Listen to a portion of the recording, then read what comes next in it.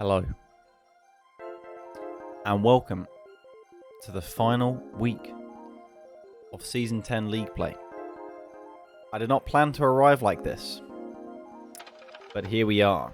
Who will arrive in playoffs, and who will not, is often the most important and defining question of a team's season. It has been unusual to spectate purely a season from the outside, but been interesting learning and seeing everything that has led up to this moment, which, as you can see here in the Miles Conference, coming into the final week, it is quite possibly the most uninteresting playoff race of all time.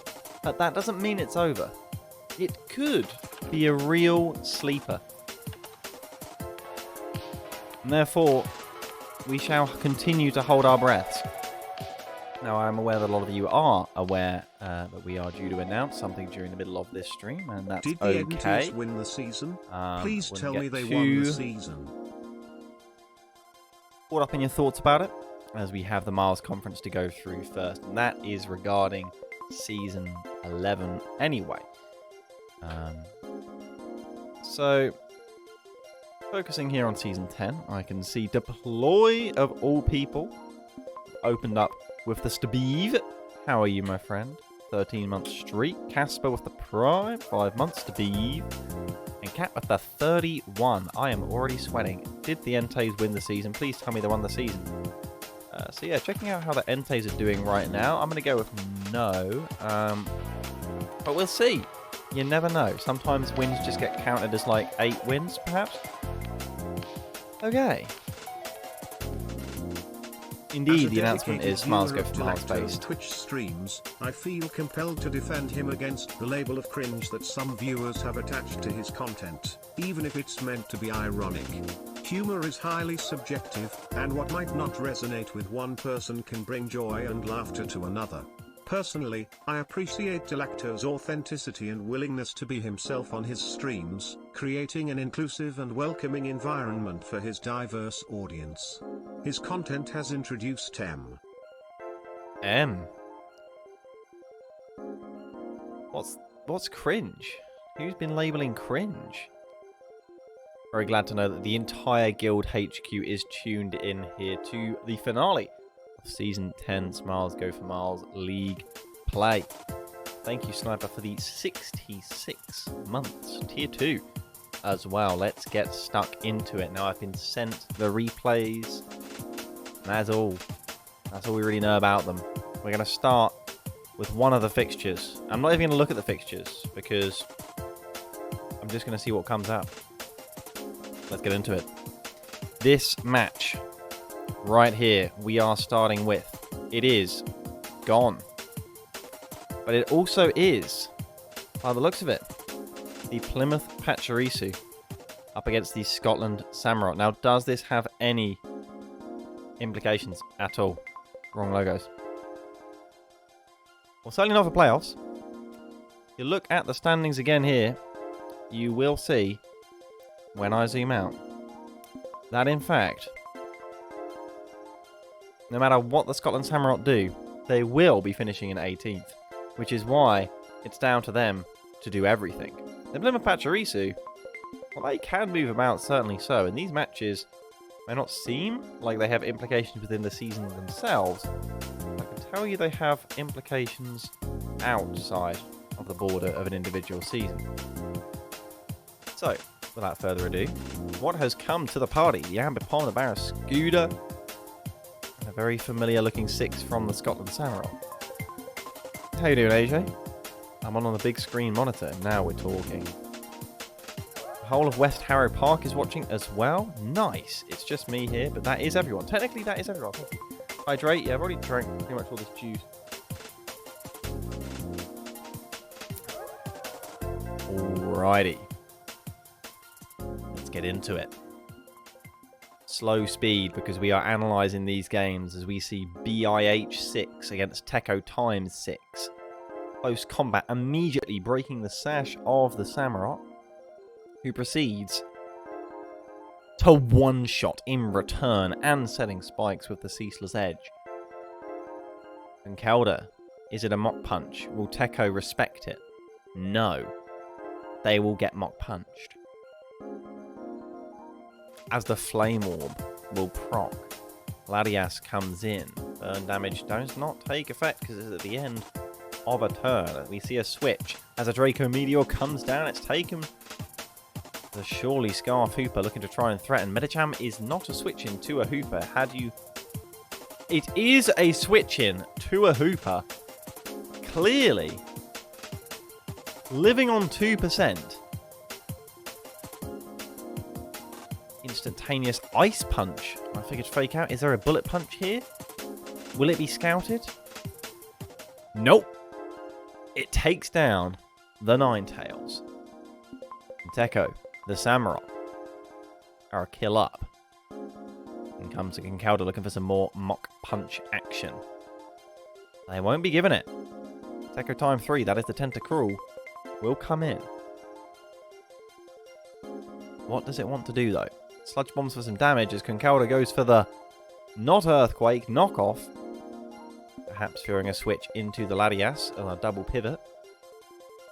Maybe not running Earthquake. Difficult to fit it in on a Conkeldurr's set. As we see the Drain Punch, in fact. Liquid Ooze? No Liquid Ooze. On the Tentacruel. Or is it a misplay? Perhaps in hindsight, as 2 layers of Toxic Spikes go down. Is it overkill? Nope. Yeah, because Conkeldurr just waves the conks around and gets rid of them. Flame Orb Defog. This Conkeldurr can do it all. There's BIH3. Oh, any fake outs? Maybe it didn't have fake out. And Teko was attempting to fake out Flo, who said, you know what? I don't care. And indeed, Teko did think the switch to Garchomp was occurring. Down will go Hoopa. And it's a 3v3. Garchomp in. Mega goes off. Teko stays in. Hits the Draco. Won't kill. Due to the drop. As we see Sword Dance. Oh no. Garchomp goes down with a crit. Did it matter? I'm not convinced. But it may have been a roll. I don't think so. I think it's a kill. And a fantastic play from Teko, who now with the Ambipom in, blocking the Thunder Wave. And the path to the W is in.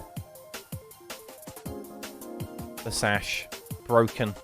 Ambipom attempting to pass into a Conkeldurr who's just going to be wiped off the face of the planet. And is. It's a win for the Samurott. And a loss that will surely see the Plymouth Pachirisu sink at the tail end of this season. A huge 3-0 win delivered by Teko time 4. The Samurott will take that to the bank.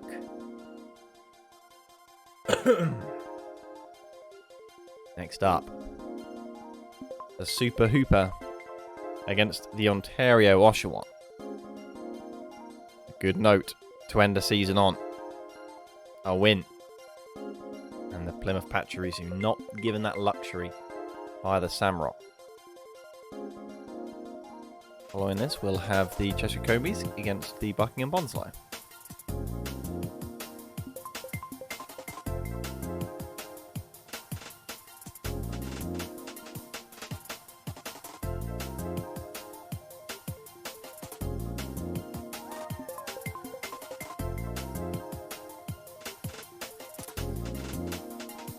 Right, without further ado,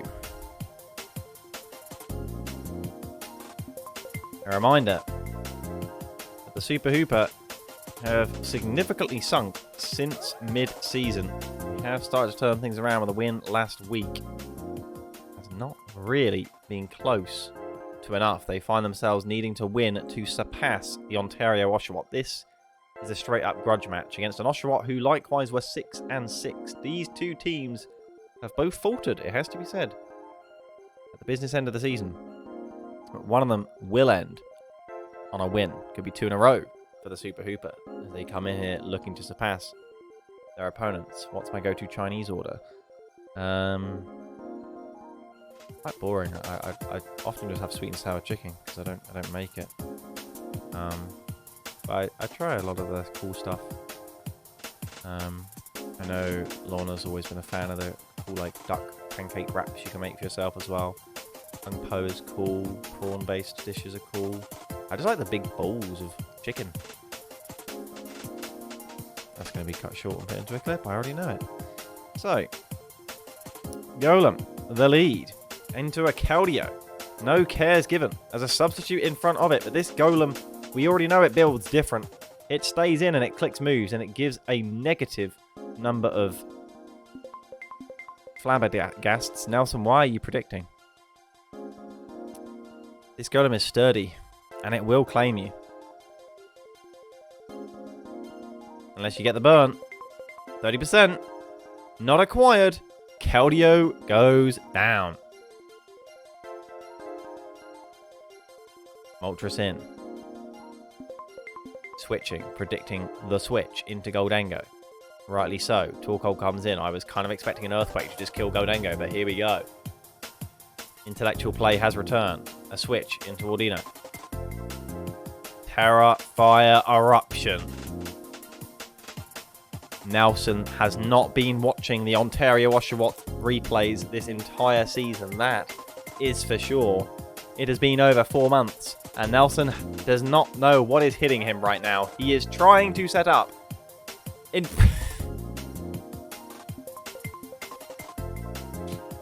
Fool me once. Sure. Shame on you. But fool me 5 times. Nelson. Oh, man. Holy shit. This Termtal is claiming lives. How much setup did you bring? Body press. Hold up. The reverse sweep. Don't count your turtles just yet. Venusaur is in. But what does it want? Because the double dance Moltres is here. Fiery Wrath. Some sort of move. But the Toxic is there, and it lands, of course, due to the fact it cannot miss. Nasty Plot again. Are you going to tell me this is rest? Does he get Baton Pass or something? What's going on? Why Nasty Plot again?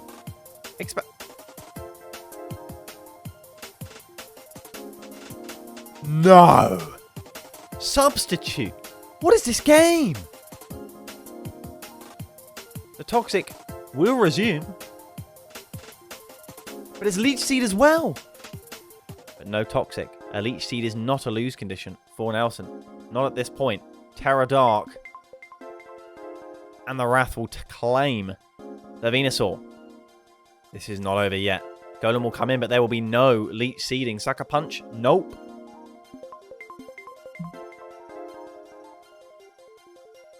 Tried to fake the Sucker Punch unsuccessfully. The sun is going to go up. And we're down to 3. 2 Nasty Plots. And an Agility later. Nelson. Is it Scarfed? Nope. I cannot believe it was Leech Seed instead of Toxic. I cannot believe it. The Oshawott. Master Baguette. Pay the ultimate price. And it will be the Super Hoopa who soar right on back and will be finishing above them in the Miles Conference standings. You know as well as I do, chat, that Golem was never going to be cussed out. It has been choice banned every single time. Incredible. For all the wrong reasons, that battle was incredible. And I thank the 2 players for both their play and their season. As we move on to a game that was, to my limited understanding, drafted. And not taken seriously in the slightest, perhaps, I would prepare myself for, but you never know. The battling itself may have been quite serious. And perhaps it was.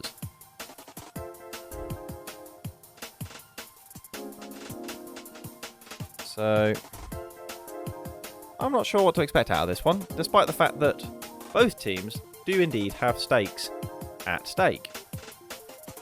This, really, in the final week of League play is pretty much always a steakhouse. You can see that the Combees are locked into top 4. They could get 3rd, but they've chosen to just do whatever. Fair enough. Whereas the Buckingham Bonsly, well, they could miss playoffs if all went against them. It would take a lot to go against them. They would have to lose by a significant margin. But they could do it. Let's see if it does happen in a rather embarrassing way. We've got a Toucannon, we've got a Sneasler. Sneasler? We don't, we have a Sneasel. Turtonator, I don't really know what to expect. Apparently Loop also built Vex's team, so this should be something. Sizzle with the open.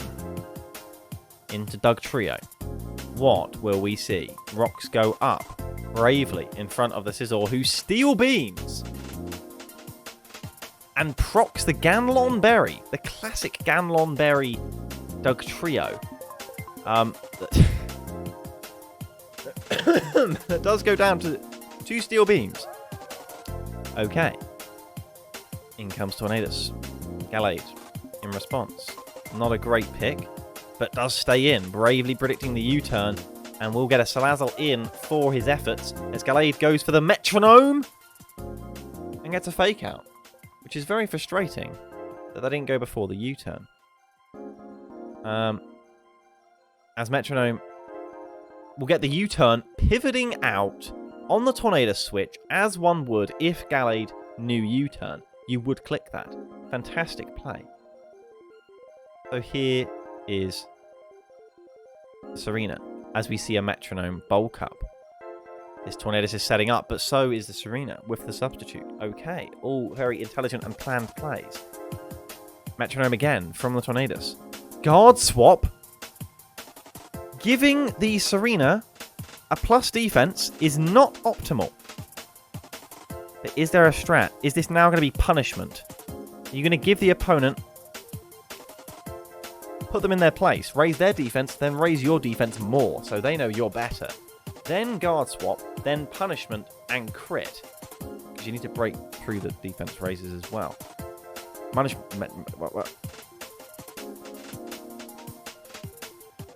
Last respects.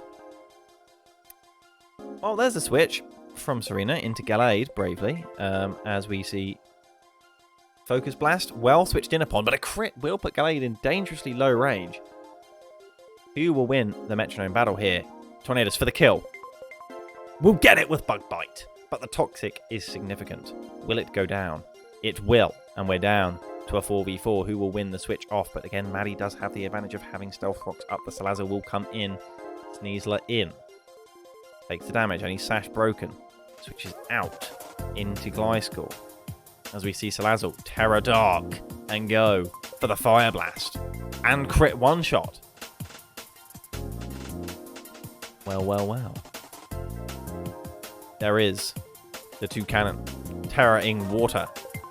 Taking the Terra Blast and responding with a Tailwind. What will happen next? As it goes for the Rock Blast. Should be enough with the skill link.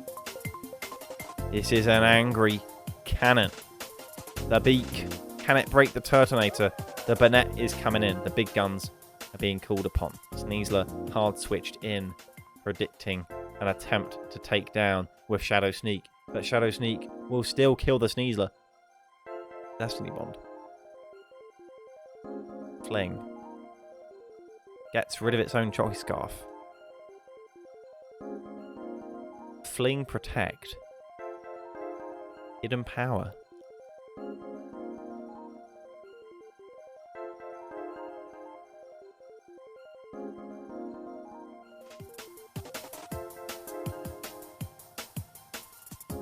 And down goes the Sneasler. Sorry, there was a bit of lag there. Can Vex respond? The Sleeping Serena is back. Darmanitan. This is a mon that is usually known for some certain things, but will it be doing that today? Belly Drum is out. But there is the wake up. As the substitute goes up.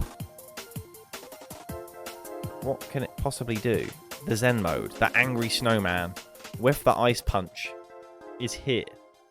The Toxic is placed, but how can Serena possibly hold on? It must have Protect. If it's to do, it does have Protect. The sack, surely for 2 cannon. Or will we see the double Protect attempted? It's attempted. Vex Greeds gets punished. Cry more. The Cheshire Combees will be taking the win in the final week. Does that put the Buckingham Bonsly at risk? I would imagine not. I'm not sure 3-0 is significant enough.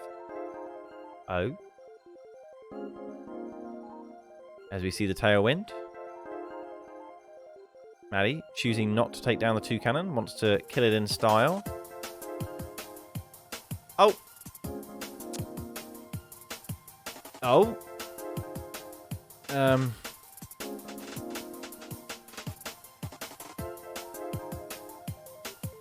It's actually going to die.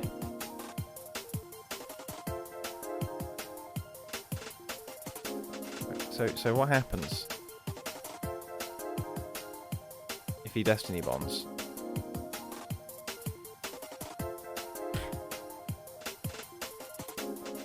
Oh. What will happen? Because he's going to do it. What?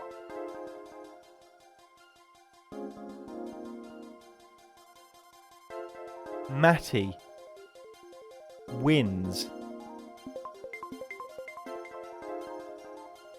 while risking losing. 1-0 it is. Curious, to say the least. As we move on to the real battles. Now, I get it. The Miles playoff race is expected to be completely boring. If there are any battles that are going to be interesting, they start here. So tune in, as you already are. The Leeds Litwicks with a chance, if results go their way, at top 2, perhaps. I'm unsure, as I'll have to double check. The exact situation shows that indeed they could get top 2. As for the Tampa Turtwig, they cannot unfortunately reach the playoff contentions, but they could finish as high as 9th, which would be a very strong finish, especially in light of the Tampa Turtwig's previous 2 seasons. Will they get it? Well, they would deny the Leeds Litwicks a already historic season. The Leeds Litwicks being confirmed into playoffs, let alone this early, is quite unheard of. But can they handle the oppressive offense of the Tampa Turtwig's draft? Let's find out. Crocodile is the opener, potentially looking for hazard control, one might suspect, but there's no Intimidate. As we see, must be Moxie. Pidgeot in, looking for an early Hurricane and fires 35% of choking Galar. U-turn there. Classic U-turn and regenerator gameplay shall resume, so please get back in your seats as the seatbelt sign is on. As Dragapult comes in, trying to force a switch. Failure stays in, lives with 1% and hits a Psyshock. You risked that for a Psyshock. And now Kim Gambit comes in as a Tinkertongue comes in. Goodness gracious. There's the knockoff. Getting rid of the Assault Vest. As Iron Head will hit for 53%. Crocodile in, but we know it can't be Intimidate. Pidgeot is there. One would suspect the Scarf Crook, but not revealed from Failures. Hurricane lands. So much pressure put on, but no ground type to block this Volt Switch. No switching to block this Heat Wave, and it's not Scarf Rotom Frost. It's not respected by Lugan. He is just clawing away at the Leeds Litwicks, who have really failed to land a hand, land a punch, land anything on the Tampa Turtwig. There's going to be 2 Mons down. This is reminiscent of other final weeks where they are just continuously switching and taking damage. As into the Skeledirge they go to attempt some sort of miracle by the looks of it. I don't know how they're going to get the chilly reception off for Arctovish. I really don't know what's gone on. The Will-O-Wisp has missed. It looks pretty over. Can the Leeds Litwicks really pull off a miracle? Because the Shower Smash has gone up and more Mons are going to die. Terra Dark for the Dark Pulse. We've seen the power of this move. And down goes the Arctovish immediately. Life Ball, Blastoise. This is going to be a 6-0 in classic Leeds Litwicks fashion. Colbur Berry happens. And then Sludge Bomb gets the poison. There will most likely be a kill should Luke choose to stay in and look for this kill. The Tinkaton will be sacked off, will be stonkered in. Blastoise will go down for consolation, I guess. I mean...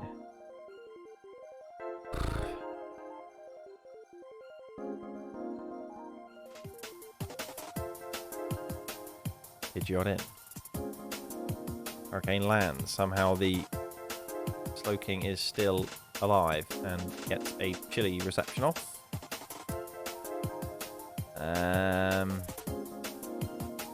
Yep, Hurricane will be clicked. Torch Song, 39%. I'm not sure the Leeds Litwicks, they had a plan. How it was meant to work. How do the stats work in this? Everyone gets that stat? So there's like... Everyone has like HP, attack, defense, special defense, and speed. And all of the sort of core functions of the game roll off of those stats. Different moves, or different types have different effects, but also different base powers. How much damage you do depends on whether the move is physical or special. The power of that move. The power, like the number of your attack or special attack if you're attacking. And then the recipient's defense or special defense. Plus or minus any modifiers that are happening from like weather or terrain or items. As for like IVs, all the Pokemon in this are like perfect IVs. Unless you want to have it be lower.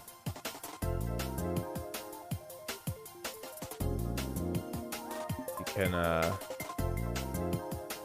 Pokemon's IV to like 0 and pick its nature as like negative speed if you want it to be as slow as possible for like Trick Room.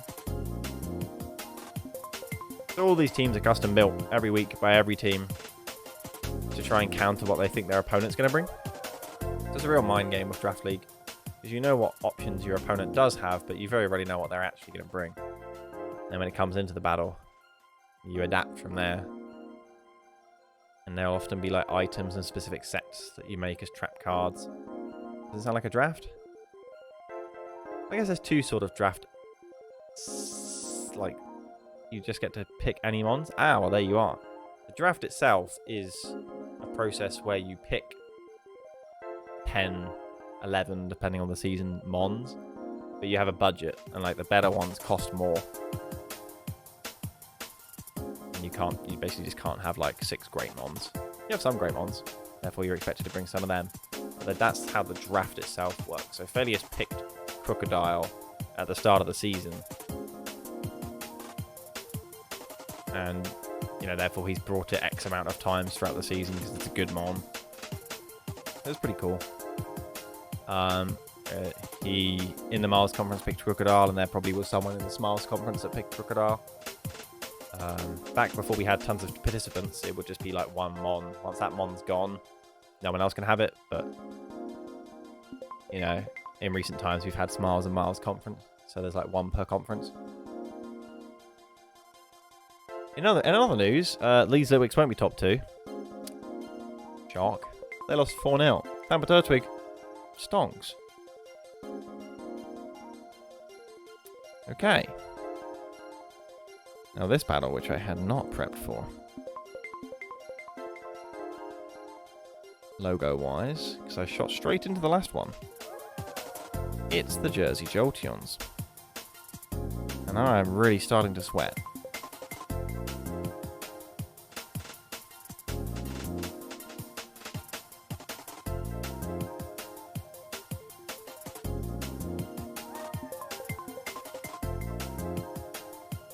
What a high-ranking affair this match is. However, it is one of them seasons where the Jersey Jolteon's impact is well felt, but they cannot make it to playoffs. While they are within touching distance of record-wise, their mon difference is too inferior. It's not possible. Frankly, a shame.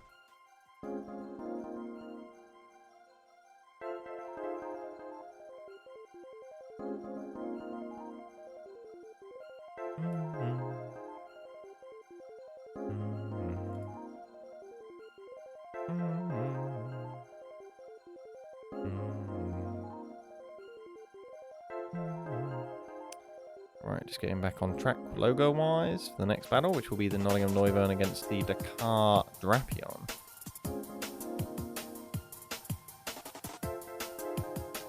So here we go. Jersey Jolteons.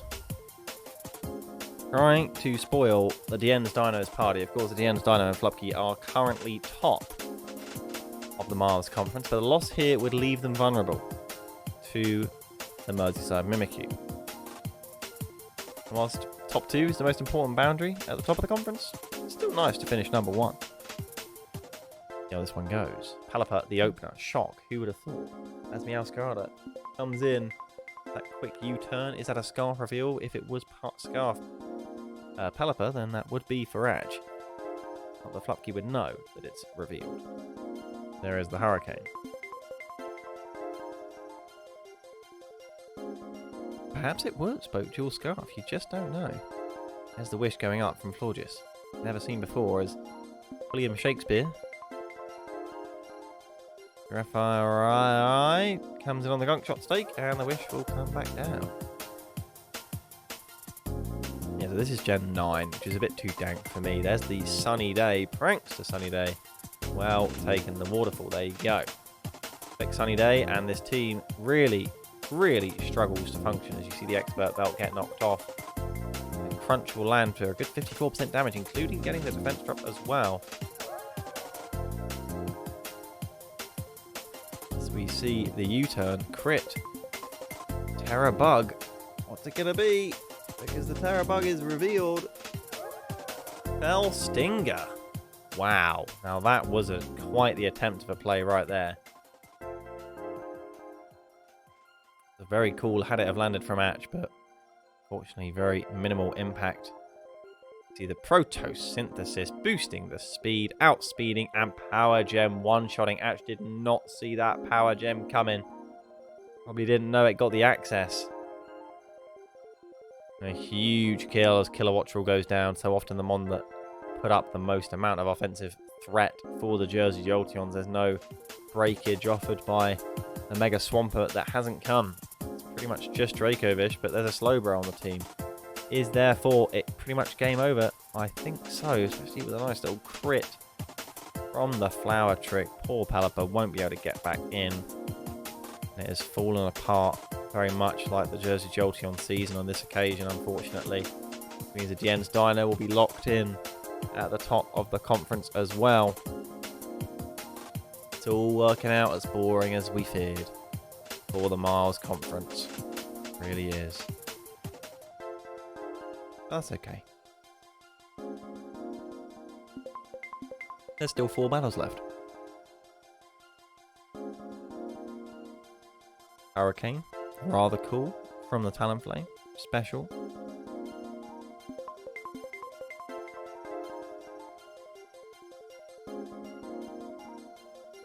That's a lot of damage. Getting the confusion as well. Boy's gifted 5 subs.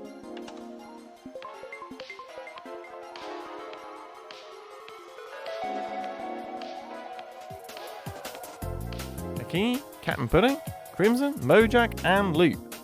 Well, you got a 5-player strike right there. If there was such a thing as strike in sub-gifting, that would be one. The attempt of rest there was surely the move. A really painful hitting confusion for Atch there. He was going to attempt a miracle reverse sweep. Hurricane, Gale Wings, going absolutely off right now. The priority Gale Wings, because Talonflame is at full HP and it's just killing. Is this Specs Terraflying Hurricane? Because it is just absolutely torn through the Jersey Jolteons and it's a 6-0. Do not sleep on the Jolteons Deino.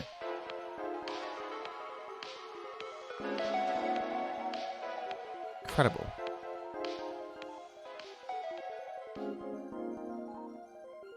A very informed team as of late is the Dakar Drapion.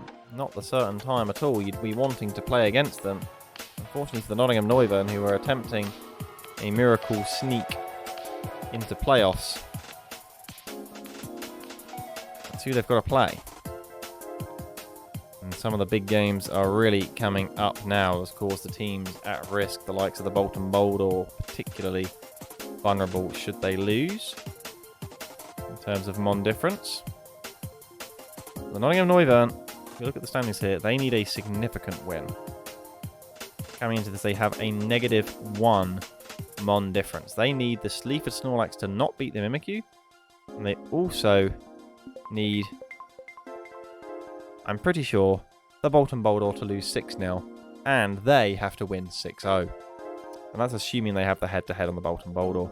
So, frankly, this would be the craziest reach of playoffs we've ever seen. So good luck to Levi. If he loses a single Mon in this battle, and they lose...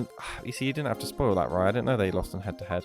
Let's just hold out the tension and say that Levi can make it if he 6-0s, and then feel sad when he inevitably loses one Mon. Here we go. We won't feel sad. He does have Cresselia. Here's the agility from Samurai Jack. Stealth Rock goes up. The baton pass immediately into Typhlosion, who is sad to have a balloon and not heavy duty boots, as Toxic goes upon it anyway. It's Calm Minding. Holy smokeronies.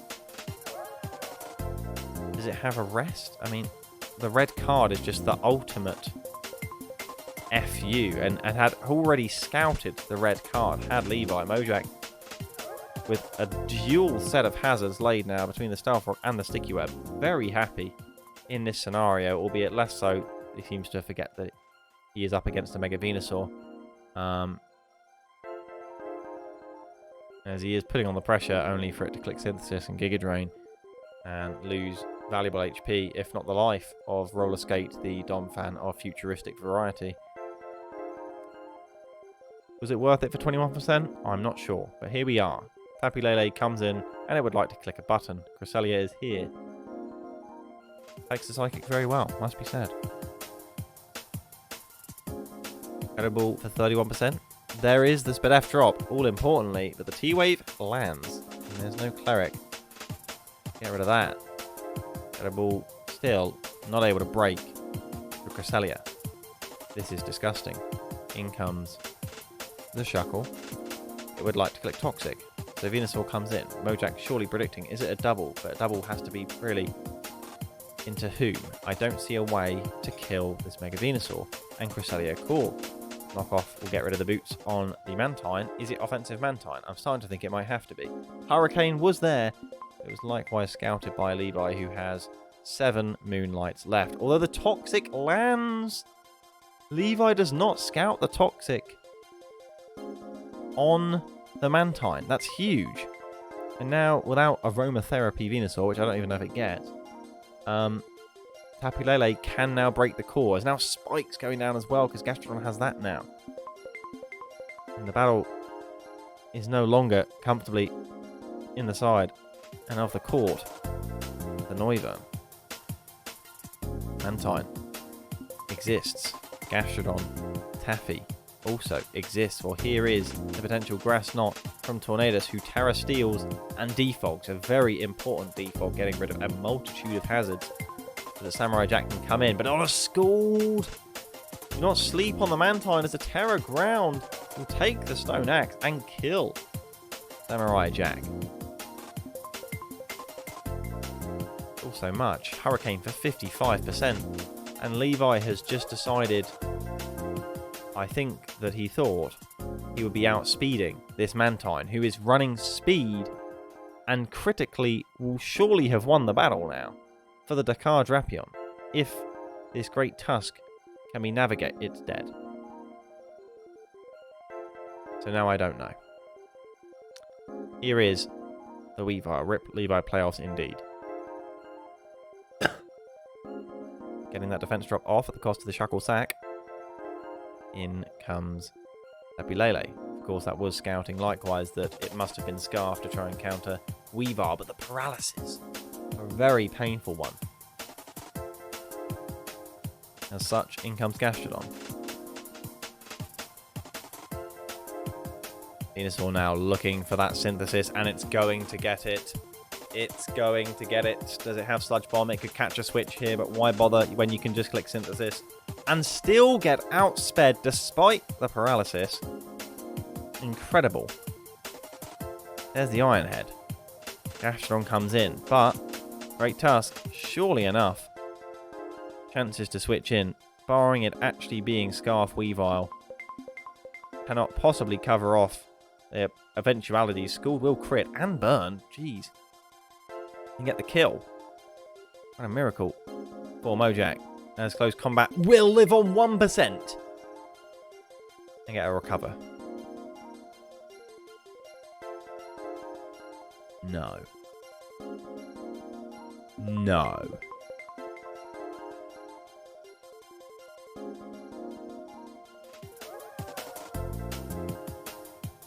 And Weavile will clean up.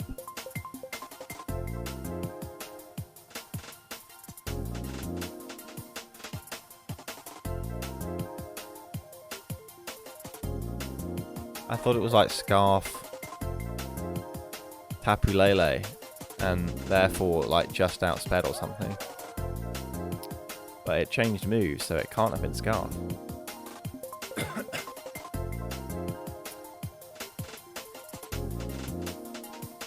That is a lesson on why not to draft Cresselia.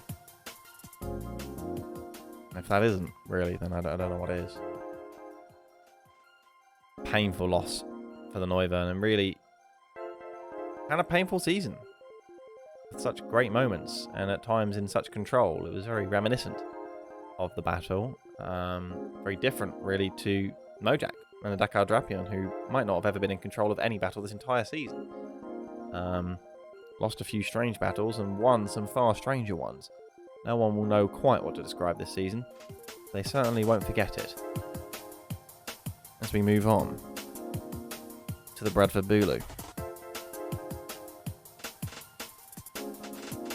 Against the all-important Bolton Boldore. Bear in mind that should Bolton Boldore win this battle,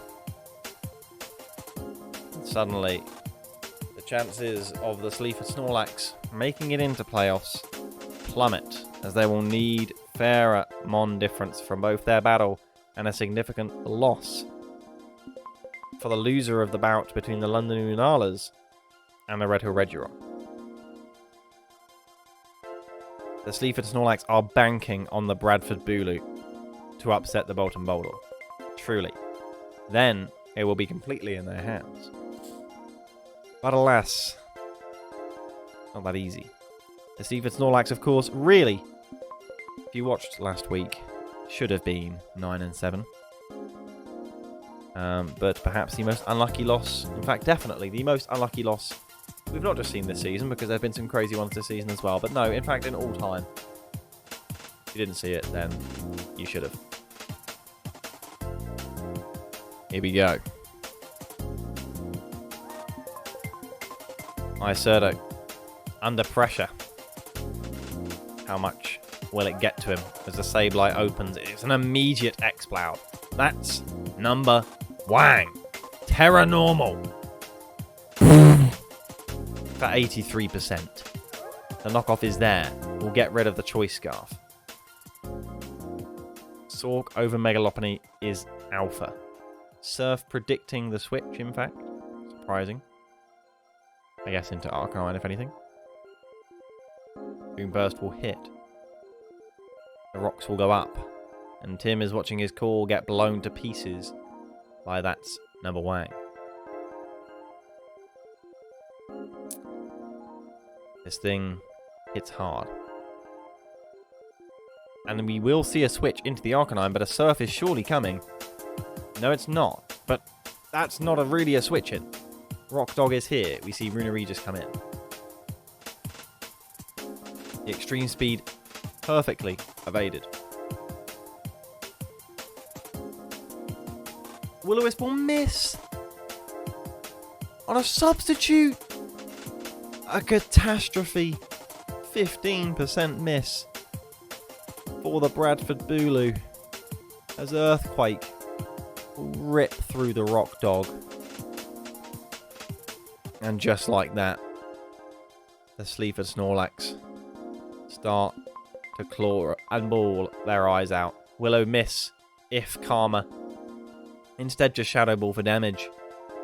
The Leaf Blade switch. Skarmory awaits. Tim having to double shortly to predict into Xurkitree, but won't. Sableye in, looking to bounce any hazards. Will instead get in on a body press, perhaps, with no Brave Bird, could get a recovery off, and can, but the X-Ploud. That's number Wang. Who do you wish to sacrifice? It's Clodsire.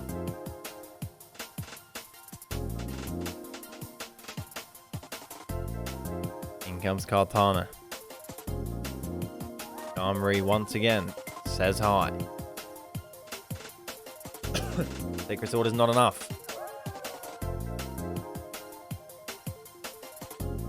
There is the Roost.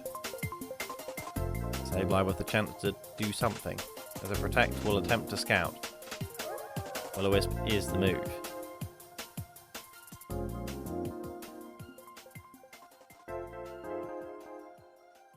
And will land on the X-Ploud, but that's number Wang. Will be claiming another soul. And it was Kartana's.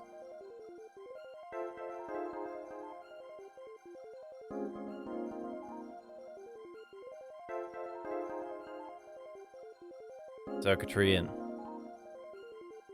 Arena Regis. Why not? Keep them on difference. Because these playoffs will matter. Albeit the margin for qualification, of course, just between 5th and 8th. You want to climb as high as you can, and Isurdo has got that in mind. Knowing that one of the Red Hill Regirock and London Lunalas will lose.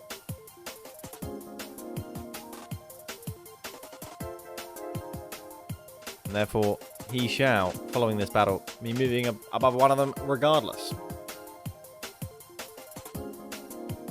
Unfortunately,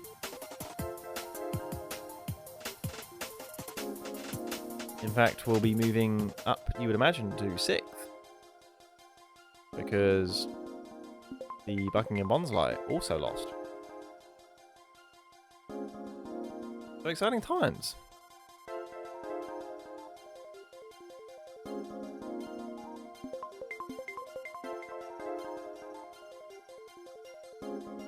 What is a very exciting season for the Bolton Boldore. It involved a lot of boom burst, and I suspect there's still more boom bursting to boom. Thunderbolt will take down the X-Ploud, but Sork is in, and with the Scarf, Poison Jab, pick up the tree. Sableye, without the means, especially now that it's poisoned, to retaliate through all 4 opposition Mons, especially given Azumarill. And Bradford Bulu, despite a little bit of excitement in the middle of the season, perhaps even an outside of the playoffs, like too many others, fell off the pace. That pace was set by teams like the Bolton Boldore, though. Frankly, it's a deserved win. It's a deserved qualification for playoffs, where they will, unfortunately for them, be representing the Miles Conference. How much help can they give themselves? As a Hex will tear through the Skarmory and get a very cool little kill. Predation, trying not to risk missing, will therefore put the poison into range of taking the kill, and as such it shall. 3-0 win for the Bolton Boldore ends the Bradford Bulu's season. As we have our next fight. And it is the Red Hill Regirock. 2 recorded conference friends who are not friends anymore, as only one of them could be safe from the risk of the Sleaford Snorlax. But bear in mind, should they lose, they are at risk.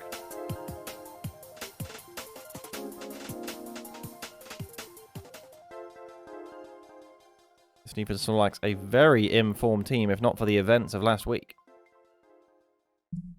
regardless, they will still be underdogs in the final battle of the Miles Conference against the Merseyside Mimikyu. Which one of these teams shall be vulnerable? Which one of these teams shall be safe? Let's find out, because there is a Cursor. Clefable and Ting-Lu, two highly interesting Mons, will enter the field with Toxic and Stealth Rock played upon each other. Wish and Spikes raised. Rotom in for the default, but Serperior immediately to put up the pressure, forcing a switch back into Clefable, who shows the Unaware, which will help against the Serperior, but not against the Hazards one bit. There's Leaf Storm, and it's a lot of damage. This Clefable has to be able to hold against the potentially glaring Serperior. It's Leaf Storm. Will not be able to break the Unaware Clefable. Sword is attempting to anyway.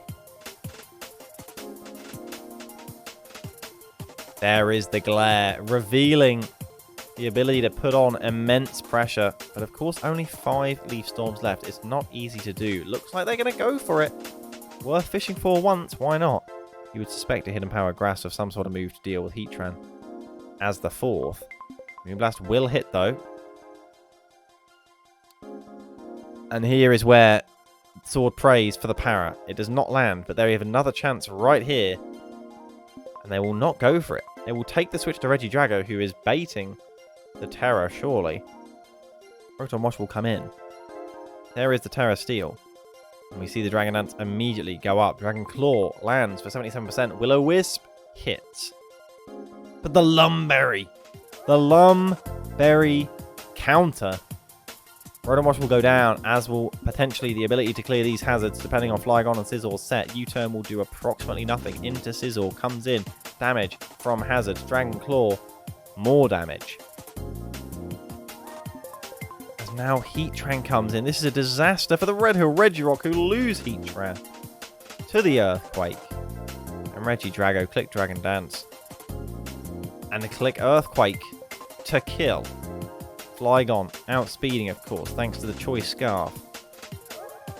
In comes the Superpower, but that's going to be some stats. Not that Clefable really cares. Is there a move to hit this with? Moonblast. Attempting to break through Para twice will fail at the first call of order. And Clefable will go down.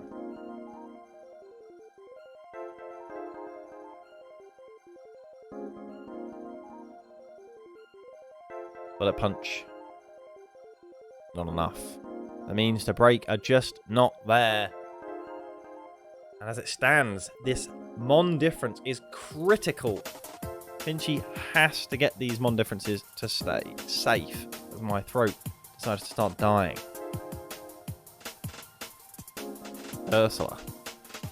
Could it be a Mon to turn the tides with a Scarfed Flygon? Sizzle has the recovery as well, of course.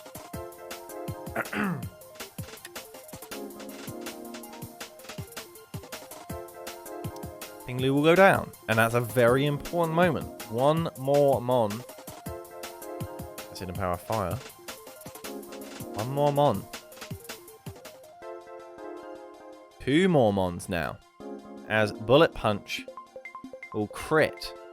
Claiming Flygon almost certainly another kill. And in fact, the help of Cursor, this might even turn all the way back, because Thunder Punch is going to be outsped. Here's the Alakazam. It's going to go down. What is going on? It's just killing everything. In fact, it's going to be the London Lunalas. Unless they have something for this Cursor. And that's for 46%. Whirlpool. Whirlpool gets the kill. And with a 1-0 loss, that now means one thing. And that is that unless they have the head-to-head, I believe the Sneeford Snorlax, let's put them on the main side here, now have to 6-0 to get into playoffs.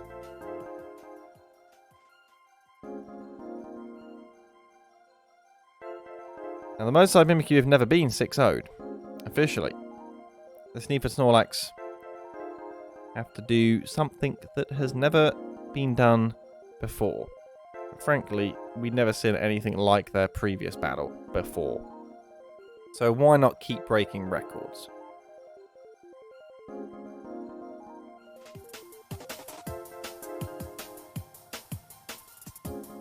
As the London Lunalas watch on, they need the Merseyside Mimikyu to simply get 2 kills to be safe. I do not know if they have the head-to-head, so 2 kills will make them absolutely safe as we watch on. Here we go. Excadrill is the lead as a Regirock immediately. Is it really a Regirock? Gigalith comes in predicting the Shadow Ball. And it's a Grass Knot, well predicted from, of course, the Zoroark. Grass Knot still very well taken by the Gigalith, considering how much that guy chonks. And very helpful, of course, for scouting, whether it's Zoroark or Regirock. Due to the chip damage that will reveal Regirock. For real, if it comes in, it'll be on 100%. As the sand removed, an overheat is clicked. Goodbye, Landorus. Right, I did not fear the Scarf. For the reveal of Scarf would have been information enough. Excadrill kills. Because Volt Switch is blocked. And now Eevee forced onto the back foot in a battle that they cannot afford to be on the back foot of. Rocks will go up.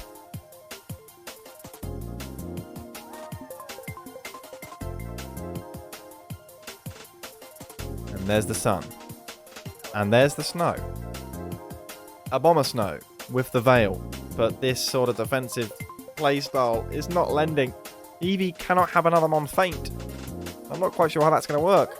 Because overheat hits for 39% on a Hatterene behind Veil. And what can this do? Focus Miss? It ain't going to be running it. Mystical Fire is a lot of damage. This Excadrill demands kills.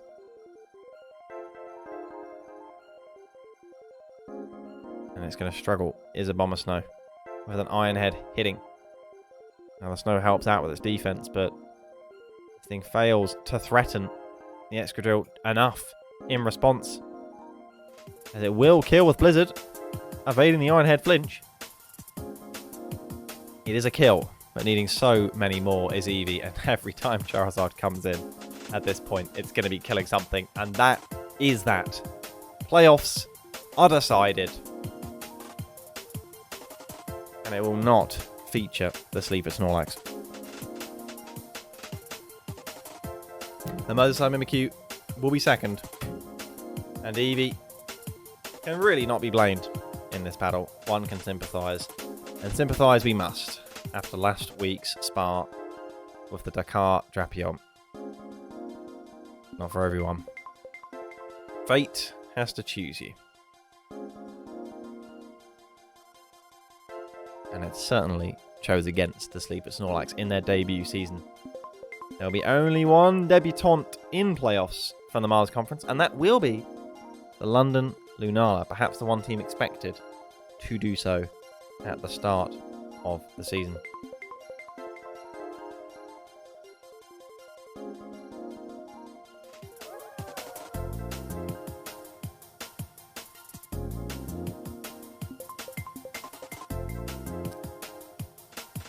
Shall we see what that does to the standings?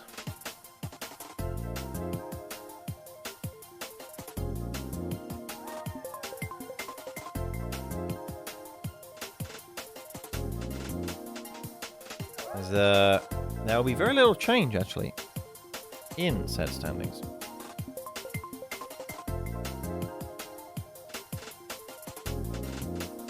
The final standings of the Miles Conference. In Season 10, the Smiles Go for Miles are as follows. The Jolteons Deino finishing the season with a 10-win streak. As once again, I add 1,000 rows at the bottom because I can't scroll down low enough. There we go. That's better.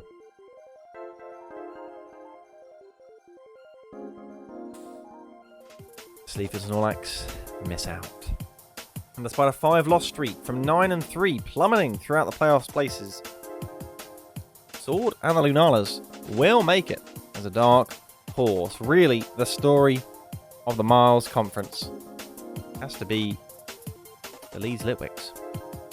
They may have sunk to 4th after a loss in the final week, but they will head into playoffs with a bye to the top 12. Already one of their highest seasons ever in the past couple years.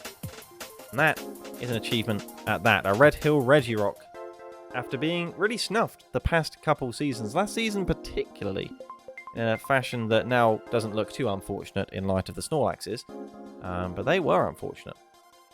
And they are here in P5 of the Miles Conference by 1 Mon difference over the Bolton Boldore.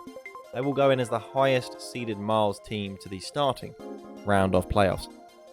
It'll be interesting to see how it evolves. It's commiserations, of course, to the teams in 8 and 9, which also included the Nottingham Noivern, Tampa Turtwig, and Jersey Jolteons, but albeit only the Tampa Turtwig got a win in their final week when it mattered the most, as that fills in half of playoffs indeed. You can see where these teams go, and it is here as to who they will match up against.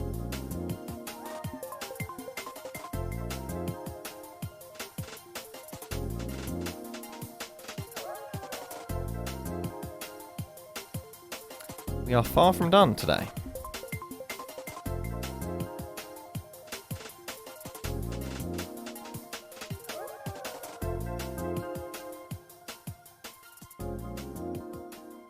And with that, I'm going to get some more water.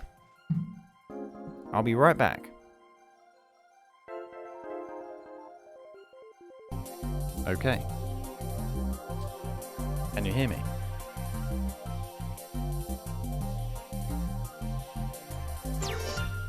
Because I know you can hear me.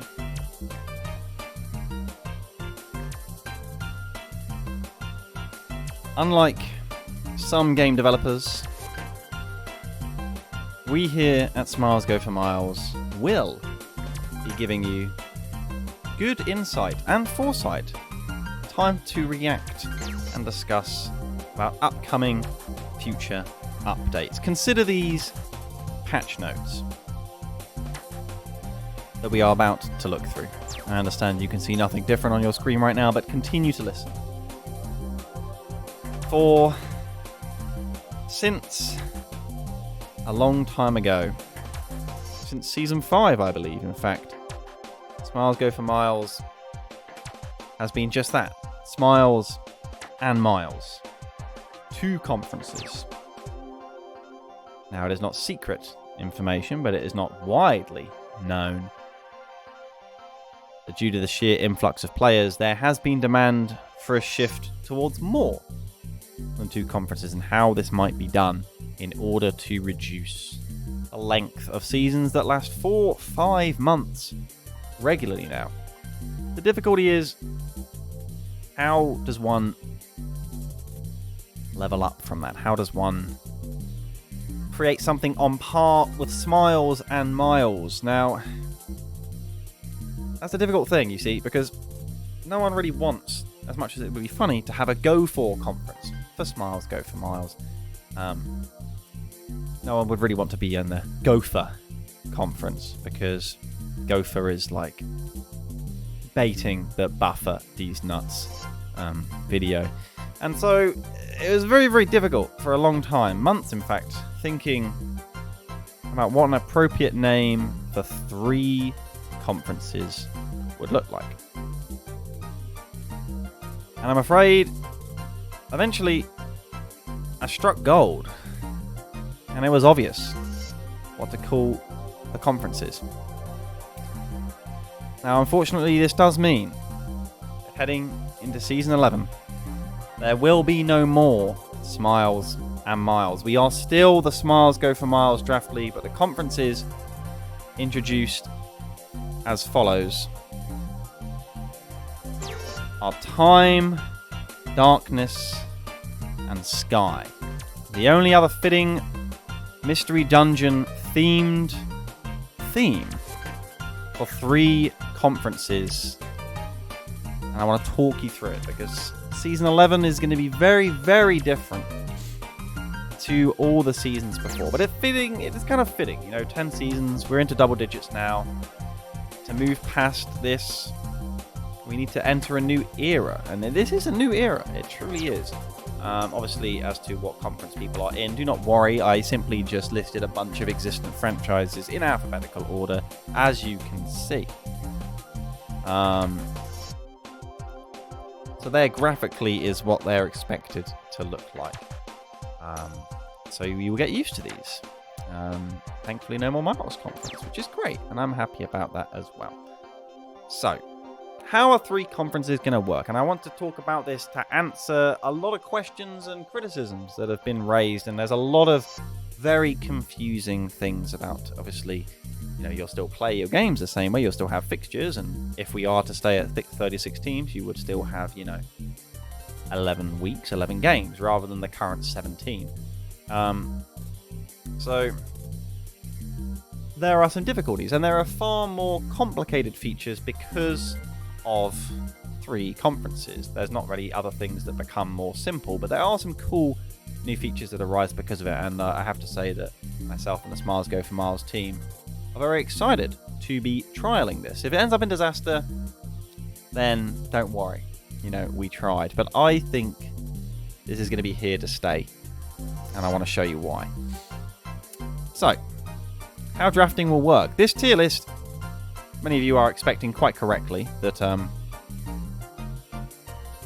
Gen 4 is to be expected in Season 11. That is fair and most likely correct. So, what will the tier list look like? Not this is an easy answer to give, but in particular, there'll be a new tier. Now, I'll get to that. How does drafting work with 3 conferences? Because 3 Mon pools is quite a lot of Mons, you know? Like, we have never done 2 Mon pools with conferences this small. That's why it works, because there's now 3 conferences. So there are still 2 Mon pools, but they're shared across the 3 conferences. Now, have I said here, or if I fail to explain it in a good way, each Pokemon has 2 lives. Each Pokemon can be drafted twice. That does mean, however, that we are going to have the largest marble race in history to decide draft order. And you aren't just competing within your conference. You are competing for draft order. You are kind of competing in draft order, because no matter what, it will go like time, darkness, sky sort of thing, depending on who finishes first, you know? Want to add a tier 6 instead of a tier 1A, 1B? Because... that's a good question, Nelson. Because, as you understand, you have to pick, at least in the last Gen 4 season, you had to pick 1 tier 1, 1 tier 2, 2 tier 3s, a tier 4 and a tier 5. Alright? It becomes very difficult to distinguish and also make tiers that are equally easy enough to draft from, particularly in tier 1 where there's a limited number of Mons that could go very easily when there's still just 2 Mon pools between 3 conferences.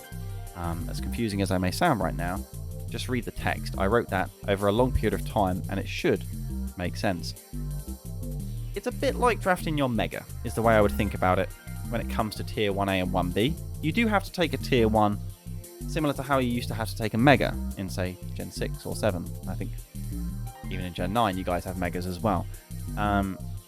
It's just that your point budget of usually 400 would instead be a 420 budget if you took up a tier 1B. You can still go back for a tier 1A. It does make sense. So that's kind of cool. I'm looking forward to the marble race, because that's going to be the fun before the sadness that is the draft. When you've drafted and you're on a wheel pick and you have to wait for like 35 other people to draft and then draft back up and then you go again. The draft's going to take some time, but that's okay. That's okay. Ultimately, in Gen 4 particularly, there are a lot of, say, tier 1 Mons that are a lot better than some other Tier 1 mods. And equally, there's mods that certainly stand out in Tier 2. So ultimately, having a Tier 1B seems very nice. If you want to be calling it Tier 1 through 6, then that's fine. But it's just a bit confusing because then we would have to say you have to draft a Tier 1 or a Tier 2. That's why they're called 1A and 1B, basically. Okay? It's pretty cool. So let's read this. In modern seasons of Smiles Go for Miles, 30 to 40 plus franchise signups per season are regularly seen. And indeed, in fact, for all the recent seasons in the past couple of years, we have had 40 signups, sometimes more. We are not short on teams to play, though do not feel that means you need to not play to account. It's perfectly okay. It's a good problem to have. It's not impossible that we have 30 teams next season. We could have less. 33, 36, 39, perhaps even 42, though that would demand some slight change. And hence, regarding with the Pokemon having 2 lives, once a Pokemon has been drafted in a conference, it cannot be drafted again by a team within that conference. The exact same as how Smiles and Miles used to work. Every Mon had 2 lives. It's just you're competing with 2 other conferences now. So ultimately, whilst much of Tier 1, Tier 1B, even Tier 2 will get drafted, each Mon will have a conference that it does not exist in. Because once it's been drafted in 2 conferences, that's it. Its 2 lives are gone. So pretty cool. And this at the bottom explains that there is only one drafting Discord channel. It is going to be a humongous draft.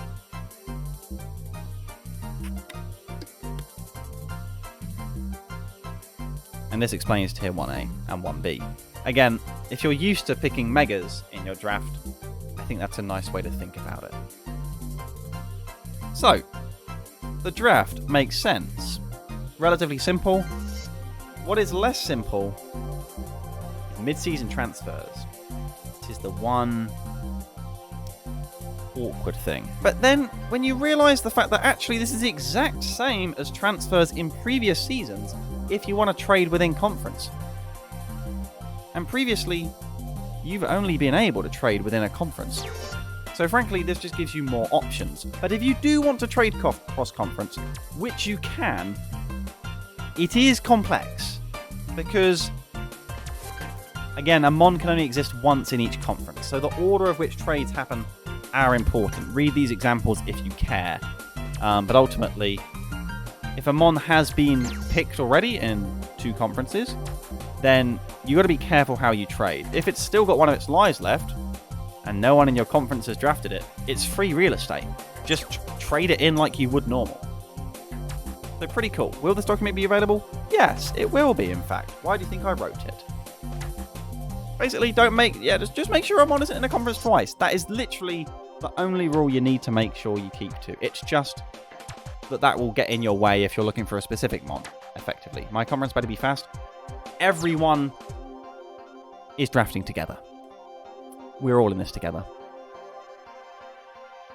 The main thing is, at least, is that if we're doing the marble race for draft order, and someone from time comes first, even if all of the other shitters from time finish as the bottom marbles, no matter what, the person who finished second in time will be 4th in the draft order, because we have to keep the same draft order. Time, then sky, then darkness, then time, then sky, then darkness, sort of thing, all the way down. So that it's fair between conferences. But the marble race does matter, don't you worry. So you kind of are competing against your own conference in the marble race significantly. But again, that's a long way ahead. You know what other cool thing happens? 46th pick. We won't have 46 teams, but 36. Yeah, you might be waiting a while. So that's 2 of the changes to be expected for 3 conferences. The other major thing to expect change on is, well, this. You know, historically, for the past while, we've had 16 team playoffs. Before that, we had 12. There's no natural bracket that has 15 teams in it. without really screwed up buys. And while it's still a 16th place conference, but who is the 16th placer? Well, it's the strongest 6th placer, and I want to talk you through that because this is the highlight. Really, this is the best bit. Explaining playoffs. So we have our 3 conferences. Let's say this is how they went. Example standings. Get used to these because we're going to run through an entire example with you. Okay? So, Time Conference was topped by the Bradford Bulu, who won all their battles 6-0, as you can see. What matters is figuring out who goes where, because obviously we've got 3 top seeds, right? We've got 3 top seeds, but then in terms of buys to the quarterfinals in a 16-team playoffs, well, 4 teams get that bye.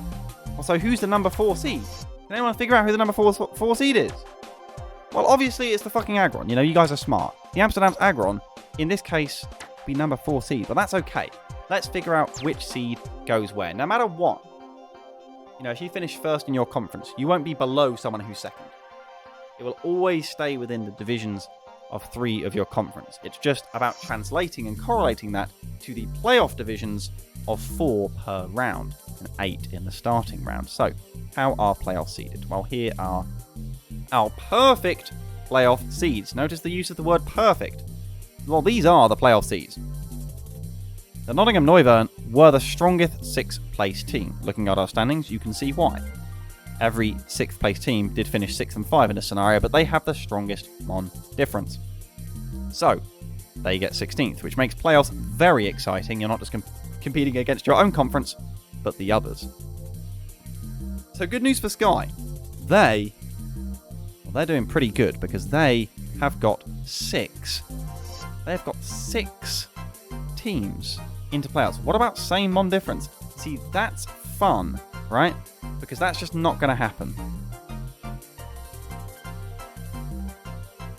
I have thought about this. I'm just trying to remember what I thought would be the next thing. And if it does, marble race. Now that would be an epic marble race. Because frankly, I am as opposed to having them play as I am anything else, and the basis that technically is a 17-team playoffs, really. That's why a head-to-head game feels off. But again, we'll cross that bridge when we come to it. Rambat specified if real. I don't like the idea of them playing each other because that does make it a 17-team playoff, albeit that is the coolest thing to do. So here are the playoff seeds. Do you understand how the seeds work? If you finish first in your conference, you will be in that top bracket. Second, there, third, there, etc. You see the dotted lines across. Pretty clear, you know? Kind of sucks that chances of playing everyone are severely reduced. Well, that's the nature of 3 conferences. But really, that's not the nature of 3 conferences as much as it is, do you still want 17, 18-week schedules? You know? Same conference teams can face each other in playoffs. Well, you see, that is where we have to get this system clear. You're jumping the gun, Bastions, but you're answering good questions. Asking, not answering. So, conferences are equal. Whilst we know Smiles was always better than Miles, when it comes to playoffs, all conferences were and will be treated equally when it comes to seed. Hence what I've been saying, you cannot finish seeding-wise above someone who finished above you in a different conference.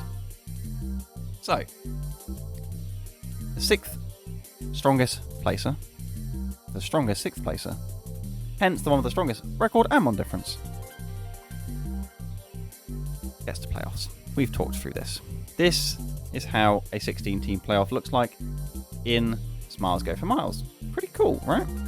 We're used to this. This is standard. But we can't just put these teams in. We can't just be putting these teams in. Yes, there is a single third placer without a bye. There is. Don't be the weakest third placer. But good news is, if you're the weakest third placer, you're probably going to play the team that's in 16th. Which is pretty cool. So, unless they're from your conference, we'll get to that. We can't put these teams in perfectly. And by that I mean placing them exactly as to how these seeds are set. Because what happens if we do? Well, this happens. That would be the playoffs. That's ugly. Why is it ugly? Well, you've got things like the 2 of the top 4 seeds being on the same side of the bracket. In the sense that they're from the same conference. Ultimately, the primary purpose of playoffs, outside of, determining a champion, is to enable cross-conference play. We don't want you to have to play people from your own conference. That is the priority of playoffs, That's why we can't just put teams in like this blindly. The chance that this works out, and we can put teams in blindly, it's very slim. It's not going to happen, okay? It's not going to happen. You want to avoid scenarios where, given the luxury of 3 conferences, if you win a game, you might be able to play someone from the other conference as well. And in most cases, that is possible. But there is likely going to be one team who wins and then play someone from their conference, which, to be fair, that's how it always is in playoffs with Smiles and Miles. So frankly, this is kind of cool. So, how do you seed playoffs fairly to avoid shit like this? You have to do seed swaps, but we have to do them fairly and consistently. So, here we go. Now, this is a lot of text. I'm going to read this in case you can't read it. So, all playoff placements work under the ethos to make it so that as many teams as possible have to win 2 games in order to face another team from their conference. Which obviously can't apply to the top 4 teams invited to quarterfinals because they don't know who they're going to play in the semifinals. So, 4 would usually line up against 1, but in our case, 4 is from the same conference as number 1. That is, the Amsterdam's Aggron are from the same conference as the Bradford Bulu. So, you swap the number 3 and number 4 seeds. What you can say is that number 1 and number 2 are always going to be where they are. The Leeds Litwicks will always be there. Well, the number 2 seed will always be there. And the number 1 seed, Bradford Bulu, will always be here. Because you would always give priority to the higher seeds. So in this case, you would do a seed swap for 3 and 4. Hence my annotations here, actual seed versus if perfect seed. So the Scotland Samurott would go onto this side of the bracket as such that we wouldn't have a same conference match in the semi-finals if things went to seed. Does that all make sense? I hope that makes sense. That seems logical, right? So that's pretty cool. Right. And then the first team to figure out is, the 16 seed. Because it's very, very cool if the conference with the strongest second placer, therefore the team that gets a bye to the quarterfinals, also has the strongest 6th placer. Now that's relatively unlikely. If that does happen, now we can make perfect playoffs, but probably not going to happen. So, with that being said, you got to think, the Noivern need to have the hardest match possible. Hence, they go in where the number 16 seed is, because they did finish number 6 in their conference, which is lower than everyone else. So they will play the number 9 seed, unless the number 9 seed happens to be from their conference, in which case they play the number 10 seed. It's not impossible that the number 10 seed is also from their conference, in which case they play the number 11, but realistically, that's very unlikely. So, I'm explaining this playoff bracket generation, so no one can complain about who they're playing, because they'll have already been explained it. Ultimately, if you don't care, just know that it'll be done in this way, which is as fair as possible. So, the next step is to figure out where to put seeds 5 through 8. This is where they go in our scenario. Because we don't want rematches. Okay?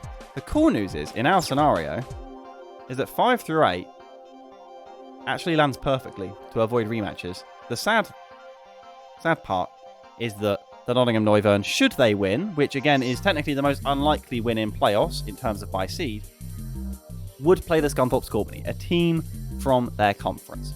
That is the one downside that can only be avoided if the strongest 2nd placer is from the same conference as the strongest 6th placer.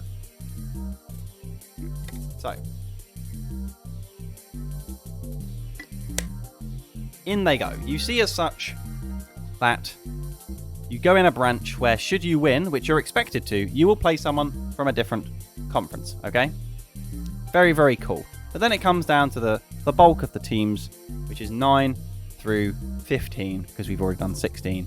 And it's about figuring out where they go. So, I'm looking at the Irish Inkays. Can they go here? Well, in fact, they have to go here, because the top branch doesn't have a single darkness team. They will absolutely go in there, where my mouse is wiggling about. So then we look at number 10, because we work our way down. Okay, the Liverpool Litten. Can they go where number 10 is? Yeah, they could. If they win 2 games, though, they'll play someone from the Darkness Conference. Whereas, if we put them here and C-swap them with number 11, there isn't a team from the Darkness Conference yet. And in a perfect scenario, which is very easily doable for the most part, you have Time, Darkness, Sky, or Sky, Darkness, Time. The teams expected to win each game are all from different conferences. That makes sense. So what you do is you swap the Liverpool Litten to seed number 11. Well, who's number 11? Can they go where the Liverpool Litten were? Time. Oh, wow. Would you look at that? They can't. What if we swap them with number 12? 11 with 12 puts Time Conference Appletons here, and we have another perfect range. So good news for the Sleeper Snorlax, who happen to be number 12. They're going to go where number 10 is, which ultimately, it makes no real fucking difference, right? Because they would have been in the same bracket anyway of how conference usually worked. So they'd go there and give us a Sky, Time, Darkness. And then you fill out the teams in the same rule and you get to the next 4, which would look like this in our particular case. And that is how playoffs would work. And will work. If you're falling asleep, that's your problem. Ultimately, you don't have to know this. It's just so you do know it if you're thinking of complaining. Because it's fair, which is pretty cool. But complaints are valid, you know, this is change.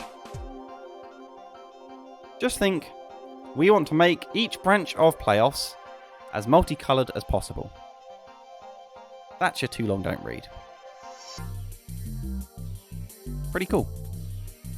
Every single team has to upset twice if they want to play a team of their conference, apart from the number 16 seed,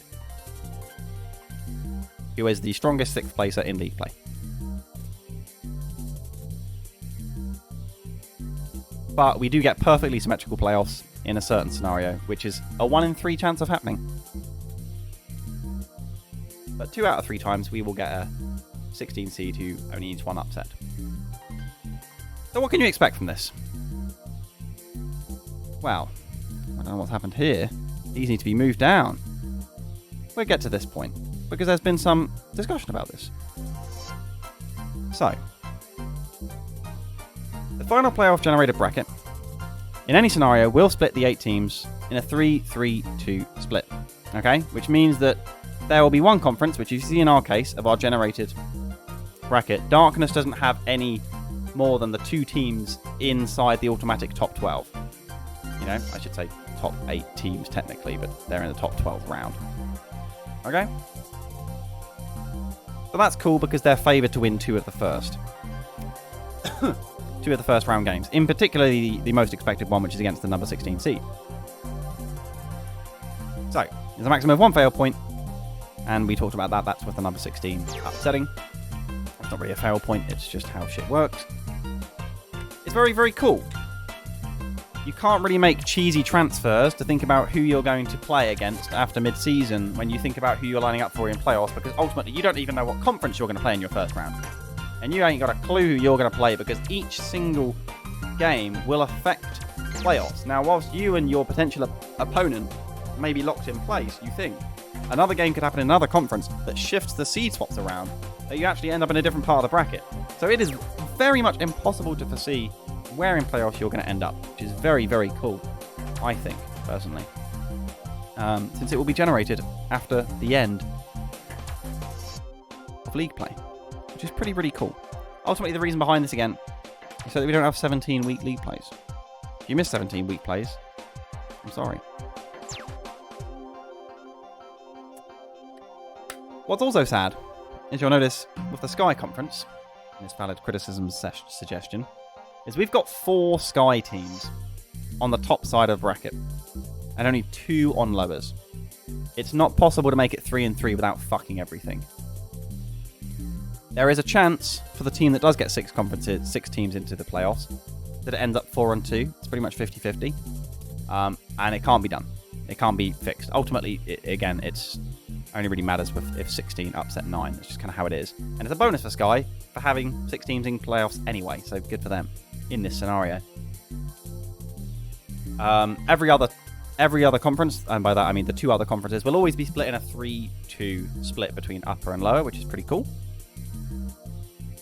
And yes, you will no longer be clear on General League standings what place in your conference will be sufficient to earn you 1 or 2 buys. As, for example, the weakest third placer will not receive a buy to round 2. It's not just the strongest second placer that matters, but the 2 stronger third placers. Things like that to bear in mind. You are always fighting for your buy, even if you think you're secure in your place in your conference. Again, you're competing against the other conference as well. Lots more implications, which I think is very cool. More teams in playoffs is a potential option, I think only if we go to 42 teams. And I'm not expecting 42 teams, I have to be honest. That would be 3 groups of 14.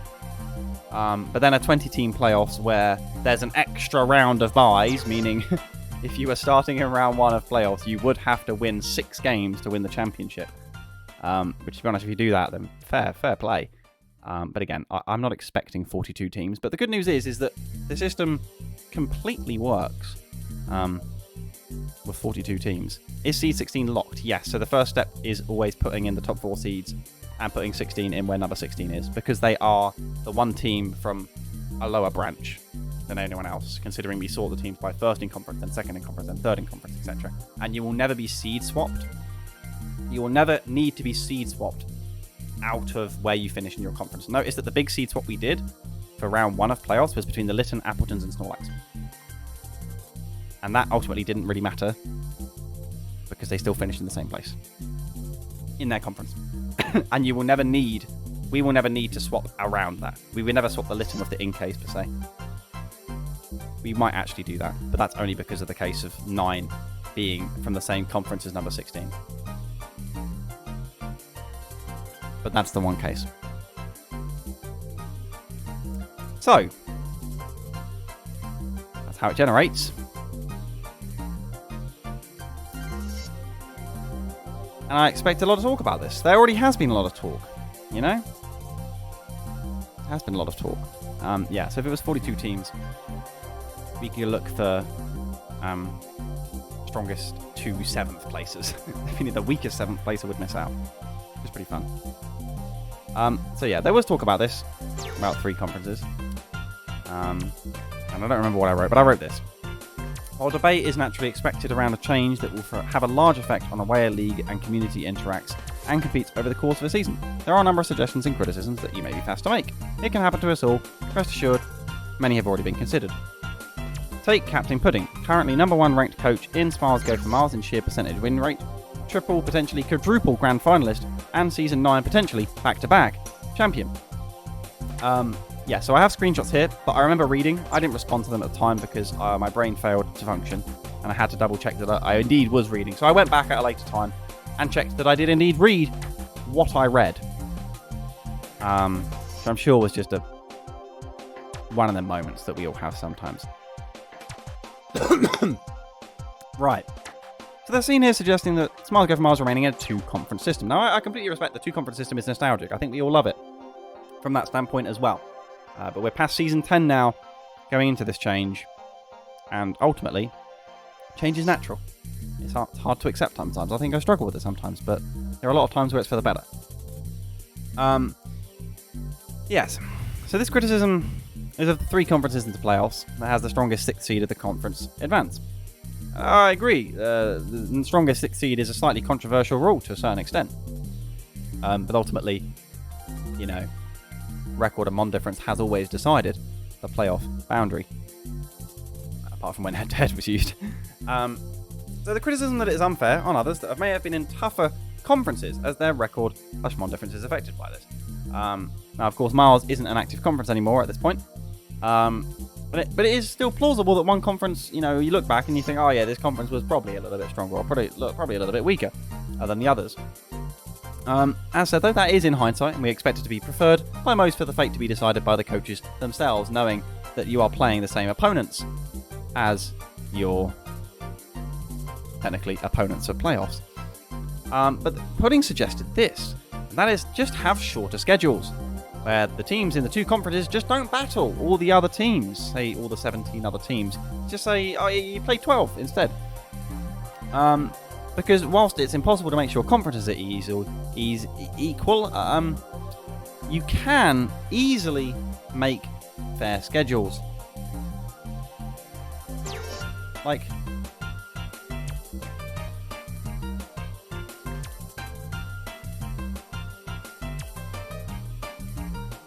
Now, I'm not that guy, so I'm not going to be it. But that is the exact same thing as having 3 conferences. Just without the 2 split between 3 Monpool and the way playoffs work. Because you have to decide who has an easier schedule. By nature of putting teams into 3 conferences. But the controversial part about that is that everyone literally has different conferences. At least 3 groups of teams will have identical conferences.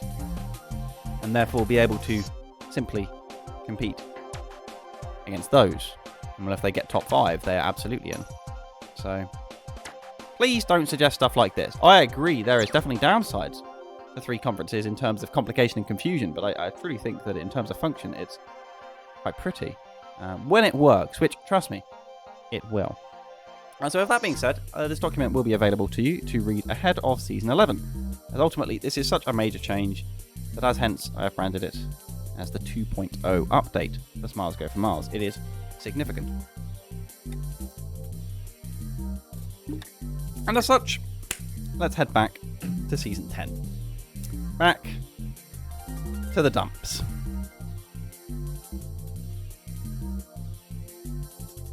Need a second here?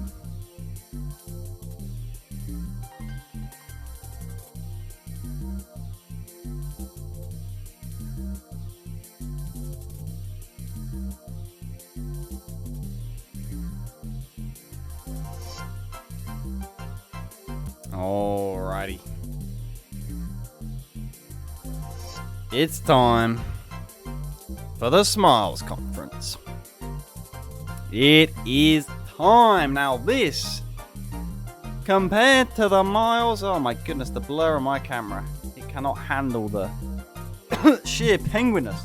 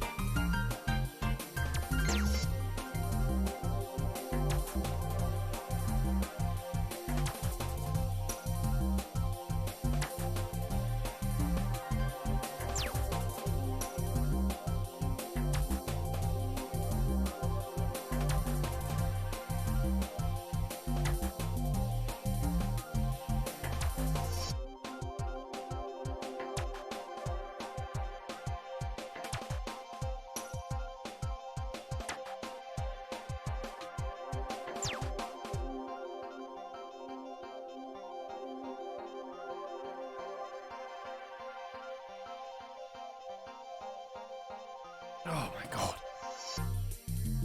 Right. I will get to them squats next time, and I haven't been in a penguin suit for nearly 2 hours. Also literally dying right here. I was off ill from work on Monday, and I am not 100%.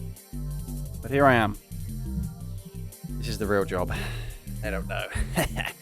So, what's going on in the Smiles Conference? Well, the NJ Entei have turned to shit, but they will be featuring big time against the Yanma Appletons, who are also out of playoff contention, so I'm looking forward to that battle anyway. There's a very exciting race for first, and for second. All very important. Morsiku Mimes are in fourth. That's less important. The Amsterdam's Aggron play the Stockmartin Starmies in potentially the most important game of the week. Playoffs is wide opener than something that is often wide and open, because it is so wide and so open. You already know it. Let's get into the games. The first game is the Yorkshire Yanma against the Irish Inkays. Let's get to it. The Irish Inkays opening with the fucked up Magneton. Terra Ice stays in, does Icy, and dies, showing the life orb. says, oh shit, like he's never seen that before. Well, we have...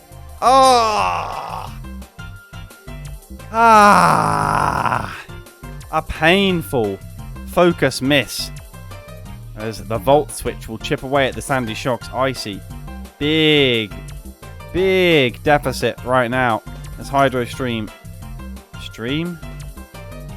will also reveal the Life Orb. Here comes the Enamorous Incarnate Draining Kiss. Wow! If you look closely, you will have seen Slowking's health bar move as it places the Toxic after that Psychic. Ocanion in. Rocks chipping away. Kingambit in. That's a little bit scary for both involved, but particularly the Kingambit. So down does not go this thing. Can it hit? Boy, can it hit. Outspeeding and landing the Draco before going down. Fireman Sam in high jeopardy right now. These hazards would need to be removed as he was to go out and come back in, but he's certainly going out and not the ladder because Volt Switch will clean him up. Youngster Matthew giving 0 negative cares in the world and not bringing a ground type against the Kilowatt Troll. Toxic placed on the Uxie. Who will be the baton pass recipient? That is the question. Will it be Enamorous? Will it be Torkoal? Will it be Special Roaring Moon? Sludge Wave as the Trick Room is up. Bosh. In comes Torkoal. It's not going to be able to Eruption too strong with the chip to its HP, but it will crit for 76%. A very important crit that will be putting Slowking into range. So who wants to be coming in and sacrifice to the Elder? Oh, wow. This is getting sacrificed. And Torkoal continues to be an offensive powerhouse in Season 10. Make it make sense. Chilly Reception will get rid of the sun. Was the sun ever up? It certainly was. Kilowatt Roll in. Volt Switch trying to put it out, but the Calm Mind helps it live. But how much damage does an Eruption do? Not much, because Rapid Spin is better, getting rid of the rocks. Down goes the Torkoal. It's a 3 versus 3, albeit Uxie is sort of just a body bag. And there's the Crunch, taking down into a 2 versus kind of 2. Kilowatt Roll Terra Fairy takes the Crunch. Down goes the Roaring Moon. And with that, Icy will look to clean up the battle. Can Enamorous really kill the Kingambit? Well, it gets superpower, but I don't think it's got a physical attack in this form. I'm not entirely sure.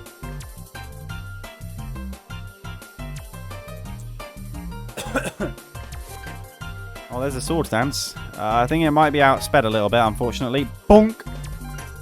Boom!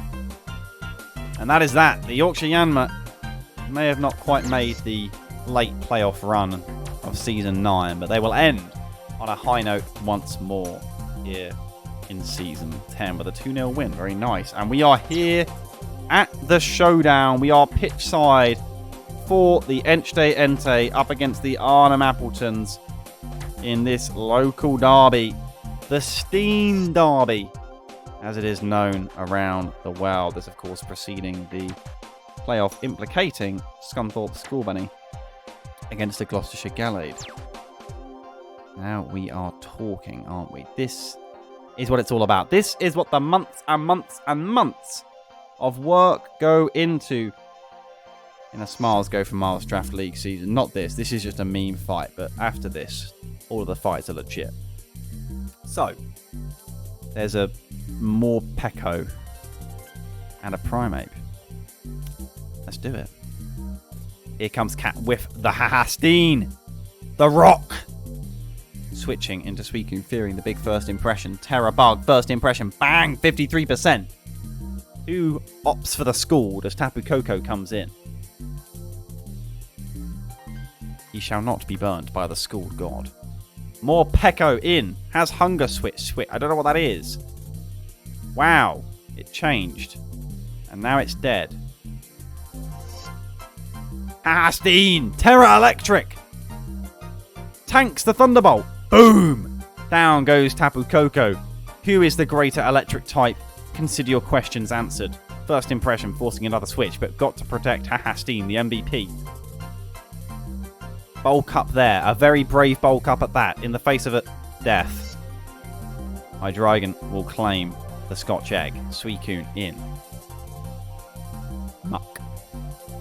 Says hello. It's a substitute set. Likely packing no rest. Calm mind.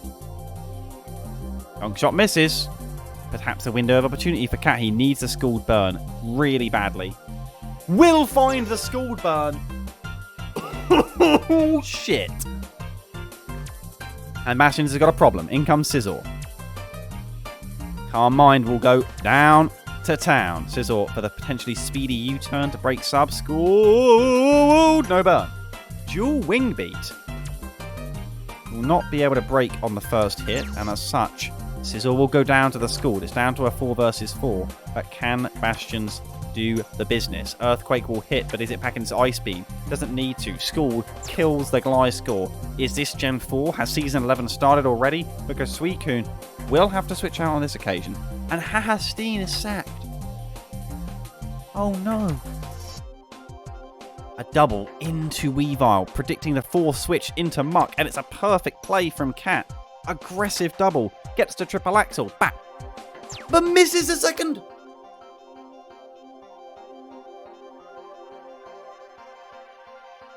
It will go down on the second time. But Toxic Spikes has been laid. Here comes Golisopod, looking to claim the Suicune of all Mons. This is going to go down to the wire. Will we see the switch to Hydreigon?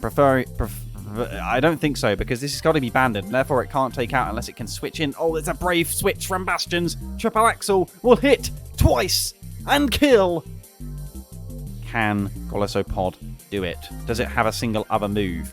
Is it going to somehow emergency exit and flee the battle? Triple Axel missed after one again. So it's down to Delphox, who hits the Fire Blast. And it's over. A 1-0 win for Team Hahasteen. And Delphox will take the dub. The dub that mattered for the HD Entei. Incredible way to end the season. For the Yanma Appletons, no worry. It was an even-numbered season anyway. They didn't care.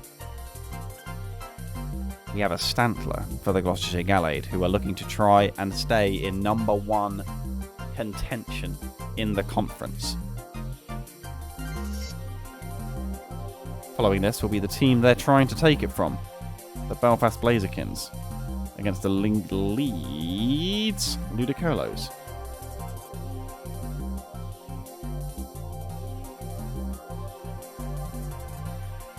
B-Barrel? Who has brought a B-Barrel? The boys have brought a B-Barrel. A B-Barrel. B-Barrel. B-Barrel. B-Barrel. B-Barrel. And a Swalot. Holy chonking. Look at the level of sweat in the first 3 Mons. On the left-hand side. That side. That side of the Scorbunny's team. Look at the first 3. Then look at the next 3. And they're just blobs. Which is pretty cool. Was Subson expecting the blob trio? We shall not know. But here we go. The Scorbunny to play spoiler as they open with Mr. Pettigrew, the Momo himself. Subson will click the winning move, but hey ho, Infestation is here. He will continue to click the winning move.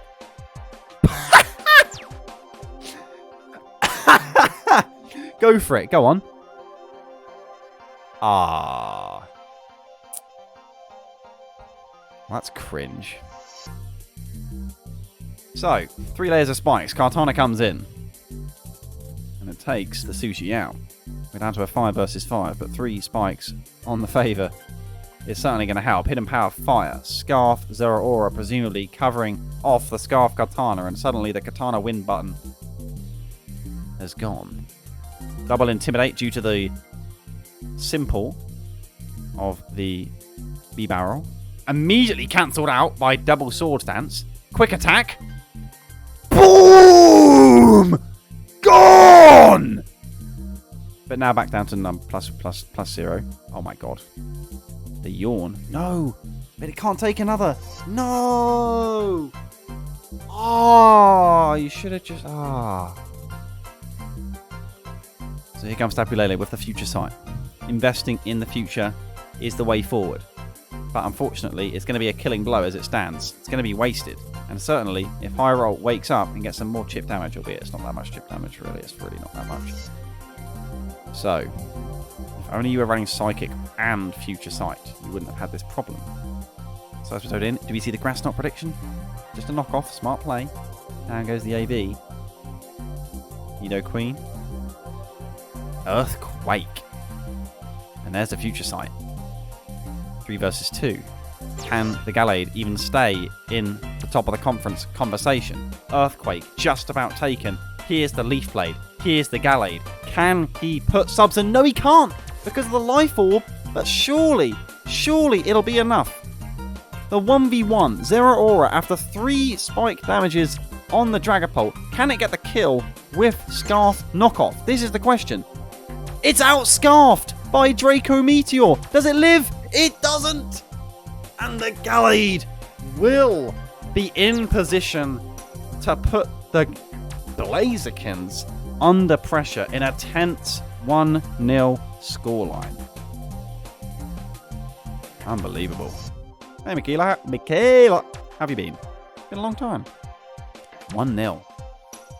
That was close. Oh, my goodness. That was a hot match, guys, and my shirt is literally unbuttoning itself. That is not good for Twitch terms of service. So, will the Gallade be able to claim the top of the Smiles Conference? Well, frankly, one would not expect it. If that is to be the case, they need a favour from the Leeds Ludicolos. But fear not, the Leeds Ludicolos have done great favours on the final week of League play before. This is the wrong side. I shall switch it. Following this, we will move on to the Berkshire Bellossom up against the Liverpool Litten in a barn burner.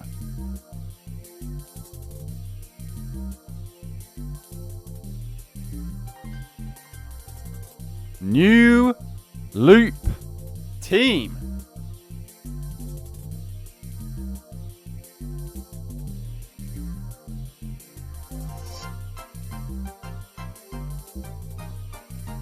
As we see the Rabombi and the Celebi, no Zapdos. What shall be the Mon? Metagross comes to the battle. Here we go. Rabombi lead. Who is the lead? Metagross. Setting rocks. Crocodile comes in. Stat drop blocked, of course. Clear body. As there's the Toxic on the Crocodile. A nice turn 1 play from Loop. But will the rocks go up now from Cat and Pudding? They will. As there is the body press for 69%. Crocodile won't be a fan of that. It will knock off a huge amount of damage, including the Rocky Helmet from Metagross, who sets rocks, and a Toxic takes the Crocodile down. First kill goes the way of the Leeds Ludicolos. Here's Rabombi, presumably sash broken by the rocks, but the webs will go up, and with no spinner, and a Toxic missing, Cat Pudding will get away with that one. Barbaracle comes in, but it's already speed dropped by the sticky web. This not ideal for the Leeds Ludicolos. As we see Make It Rain lived by the Barbaracle, albeit the Shell Smash goes off. We know it just dies to Lopunny Fake Out. Who wishes to be sacrificed? Well, Rabombi will come in. It's done its job. It's clicked webs. Down goes the Rabombi. In comes Lopunny to claim the kill. And with webs up and Stealth Rock up, one would be thinking, oh, the Leeds Ludicolos are 2 kills up. But those who know would say, well, Lopunny just wins when Stealth Rocks and Sticky Webs are up. So this is going to be a dead Abomasnow, one would assume. Due to close combat existing, there's no risk of a miss. What? It lives? How bulky is it? Earthquake for 70%. Ice Shard kills Lopunny.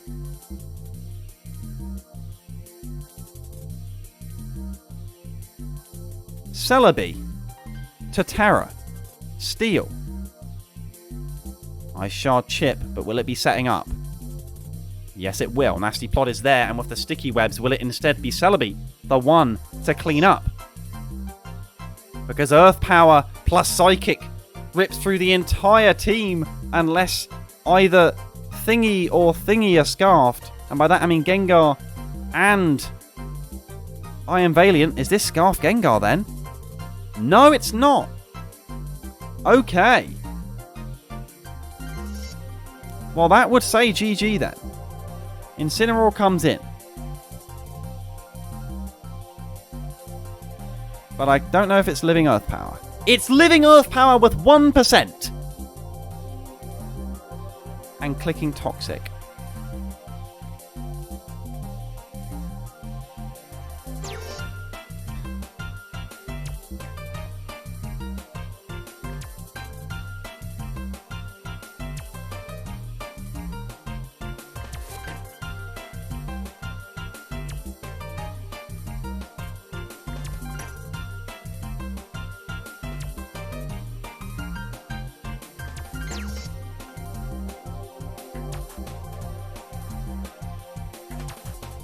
Destiny Bond on I Am Valiant. I didn't even know they got that move.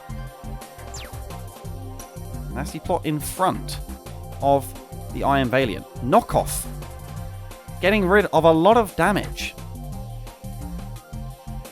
And now Goldengo will claim a kill. And in fact, I imagine it will probably claim the rest of them.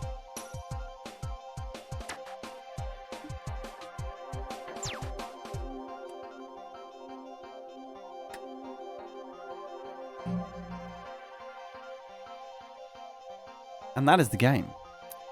The Belfast Blazikens will remain at the top of the Smiles Conference.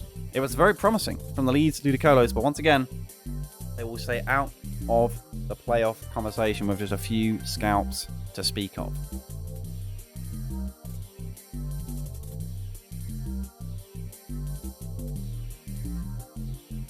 So, perhaps one of the stackedest of all fixtures this week, let alone the implications that lie within it. Following this, we will have the Rotterdam Rotoms against the Arianas Altarias.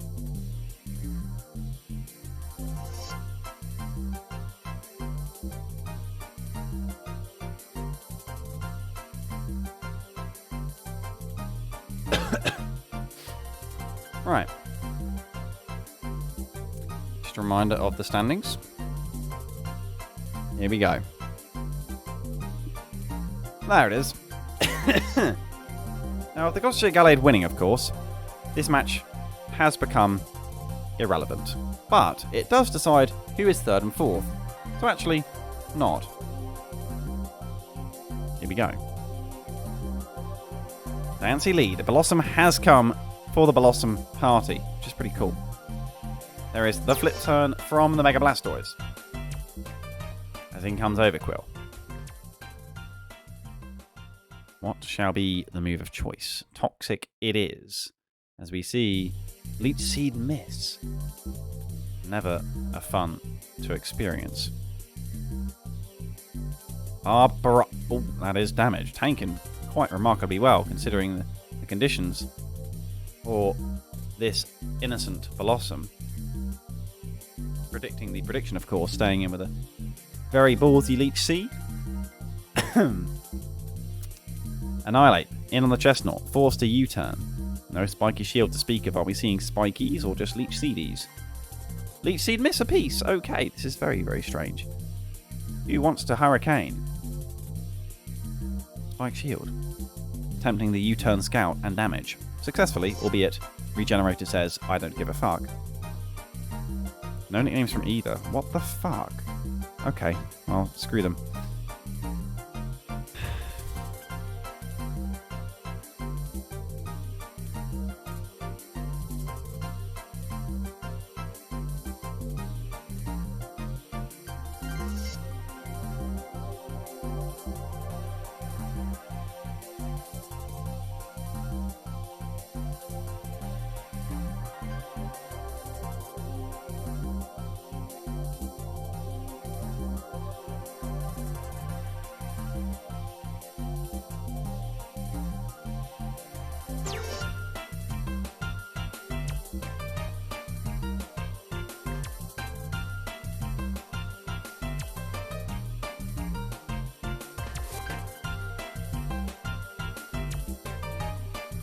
Sword Dance, Weak Armor Skarmory, and Terra Electric Thunder Punch Chestnut. Very cool.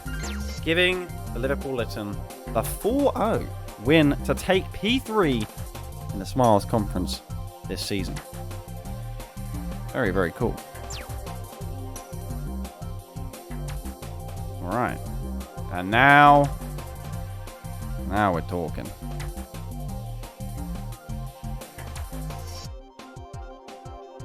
Following this, we will have the Multicoon Mimes against the Portishead Ponyta.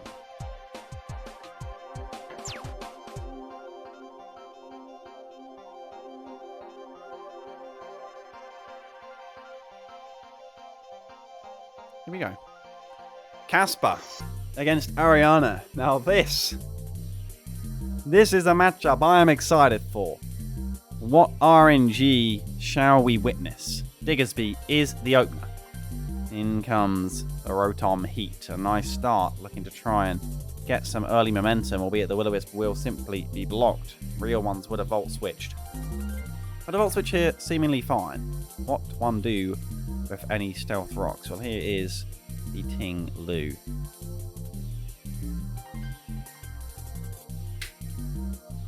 In comes Corviknight. Stealth Rocks will go up. For both sides now. Hulk up Corviknight. What is this cooking?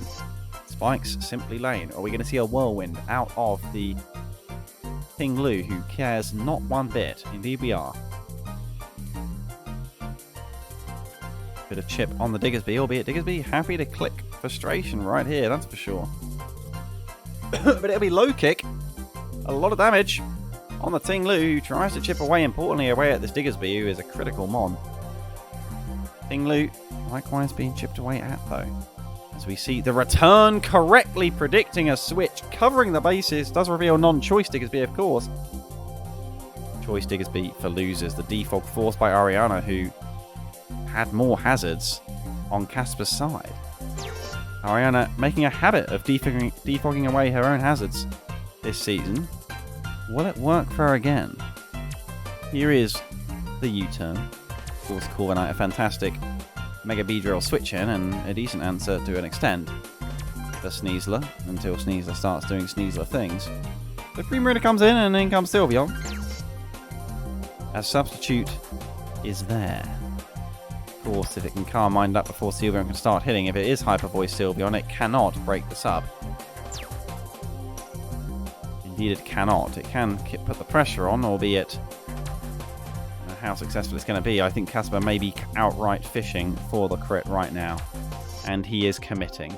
But Ariana will get to +4, I would imagine, before starting to chonk away. Oh dear, that is not the move.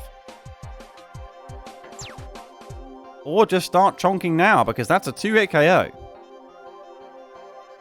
Psychic is not going to break the sub, and I think Casper's realised the situation he is in right now. Psychic, a cool tech to bring to threaten the Sneasler with a bit of surprise, but it is not going to land. In comes Rapidash to be sacrificed to the Elder Gods as it Terra Waters in the hope of living a particular water type hit. It will break a sub with Play Rough, but can it actually live the hit? Yes, very well. What can it do now?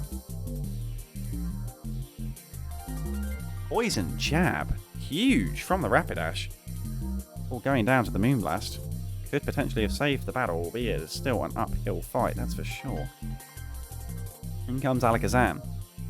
Can it kill? With the Psyshock, one would have to assume. Perhaps Psychic is enough? One doesn't know, though. It is Psyshock, and it will kill. Sneasler is in. It says, "Hi, would you like to die?" And Alakazam says, "In a second, I will." Ting Lu, surely not predicted. Predicted! Knows that he can live the U-turn, stays in on the Sneasler, and Energy Balls predicting the U-turn. Now that is huge cock from Casper, who perhaps must now be referred to in all future correspondence as Huge Cock Casper. Who will win the setup battle, though? Because that's a lot of sword dances from low kicks. There is the brave... Oh, it's gone. It's just gone. And Huge Cock Casper claims another victim. Who will it be? Sneasler comes in, but what can it really do? Close combat? No. Goodbye. Goodbye, Sneasler. Well, here comes Mega Beedrill, and frankly, can Mega Beedrill do the business is the real question. What does it even have to hit this Corviknight, who at +1 is probably living only hit even from 23%? Indeed it is. The Aggron Vs Altarias playoff hopes suddenly dashed, as the Rotterdam Rotoms with a 3-0 will surely not quite have gained enough Mon difference, but one shall take a quick refresh at the standings as to what that might have done, because we need to keep things in-house. Aggron Vs Altarias out of playoff contention despite a healthy Mon difference. They will be finishing 8 and 9. And the Rotterdam Rotoms move into a +4 Mon difference scenario, where should the Limerick Lumineon and Amsterdam's Aggron lose, and Portishead Ponyta, which isn't possible because the Limerick Lumineon and Amsterdam's Aggron play each other. So basically it's not good enough for the Rotoms, I believe.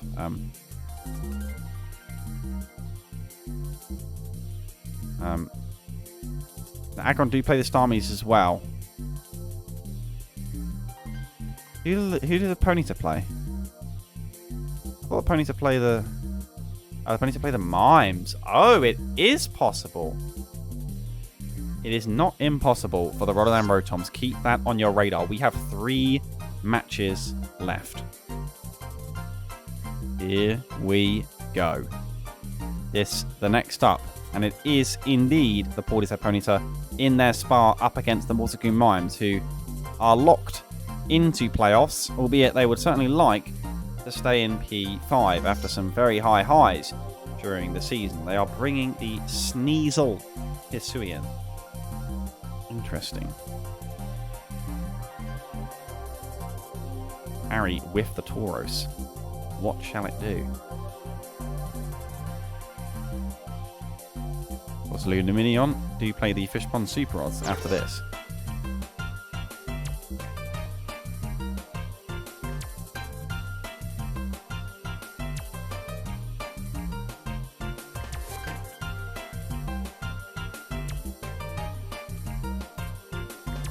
Here we go.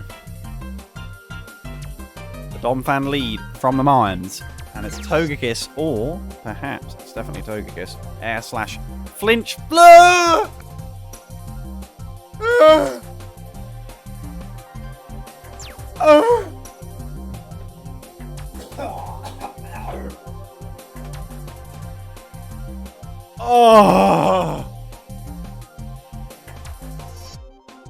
There are far fewer individual turns than I could ever think of more painful than that.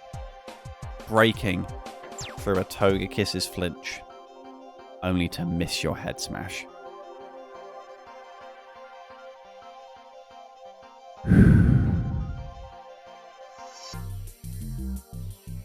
Just like that, Harry's chances skyrocket to securing his own safety. The Rotoms cry. In fact, I think I can even hear it. I've gone completely out of focus. I can't focus anymore.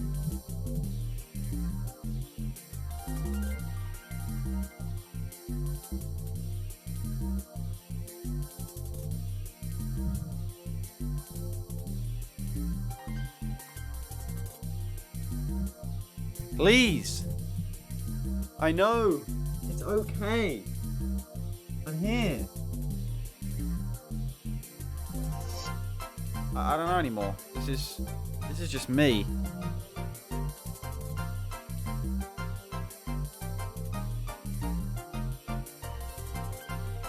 Easy. So, with that being said, flinch. Flinch.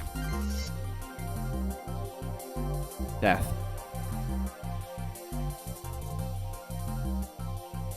Here comes Sneasel.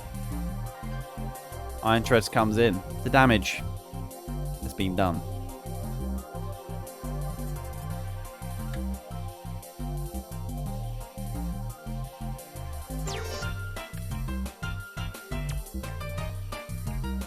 Slowbro in.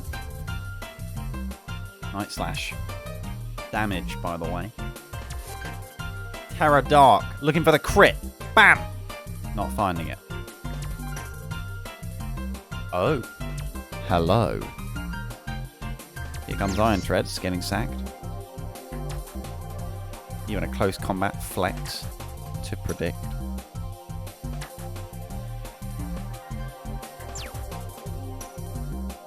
Dazzling Gleam breaks the sash. Here's the gunk shot. Bam!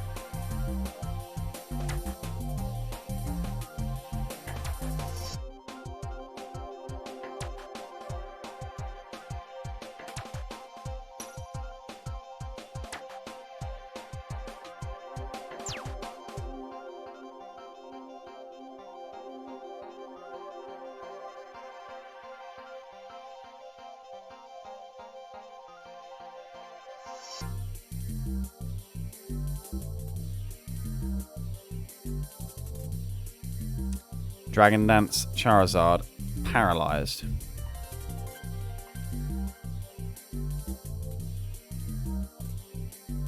Here it comes. Bang. Surely. That is it. And the Bulu Vs Ponyta will be the first team to secure themselves as safe in this cutthroat Smiles conference. Pokemon will claim a kill for Yeti. He'll be savouring that. Building it up into a rage for his playoff run, which is still completely in his own hands. But this is the sort of battle that makes one bitter.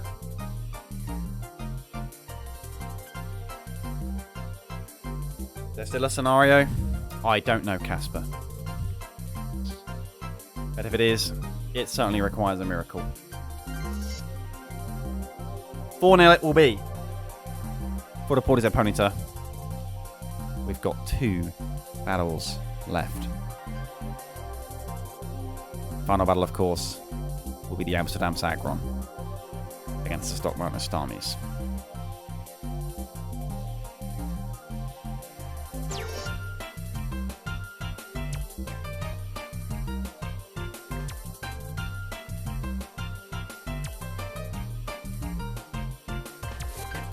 Here comes Talia, attempting to do what the likes of Loop and Tim could not. An upset. Loop did it last season, a monumental one, to change the playoff destinies of those involved. And it so often takes one from outside to alter the timeline in such an unexpected manner. Can Talia perform this upset? Let's find out. A Galvantula lead, safe, looking for the sticky webs, but here comes High Eye, Kill You, and Set Rockets at the same time, as a Terra Grass is there for a quick Volt Switch out. Into Sharpedo. Mr. High Eye, Kill You, and Set Rocks does exactly that. But Talia turns it around. Gets outsped by the Choice Scarf speed tie, one would assume.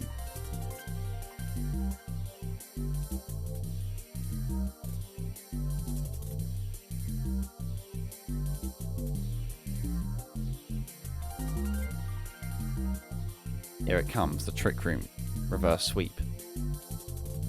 Here we go. Odzire is cursing. Very rude. Needs to watch its language. Certainly likes the Trick Room now, it has to be said. Getting an extra curse off. Gets crit for 56%, I might add.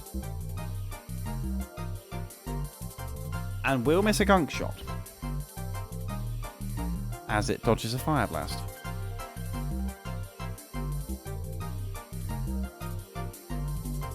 Back in comes Stonka Tonka, knowing that it shall outspeed on this particular turn, but it is needing a crit Earthquake or something miraculous of the sort. Heat Crash, no crit, and down goes Stonka Tonka in the next episode because of Sugarberry, which is pretty cool. Another chance for a crit? be.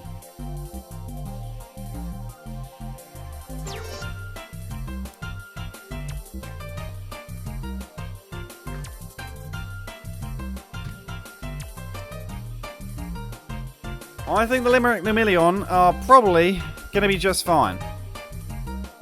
There is the crit. You look at the numbers.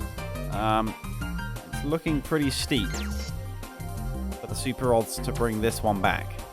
Only 2 Mons have been on the field for the Limerick Lumineon.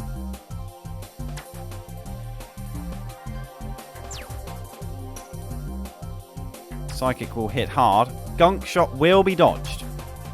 There's a chance of at least a kill. And the kill will be acquired by the secret ingredient.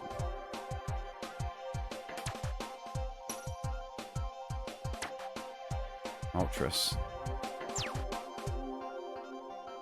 Shadow Ball. Shadow Ball. Fire Blast. 98%. It's not enough. Galvantula will surely look to come in and click the Volt button again.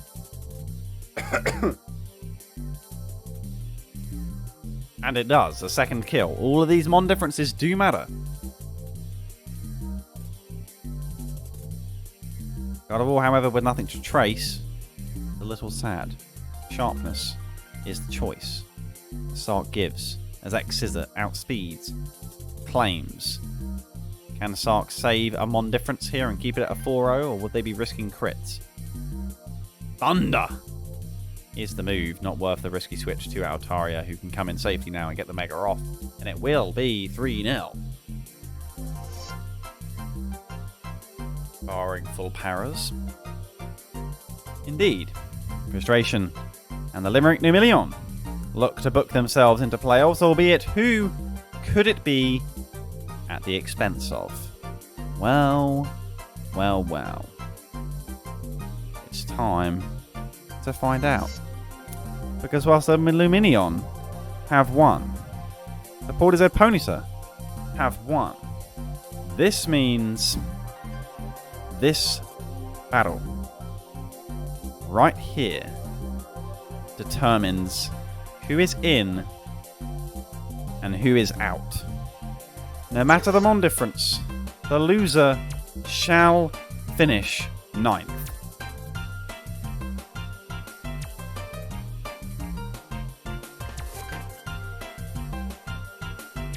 That is my understanding.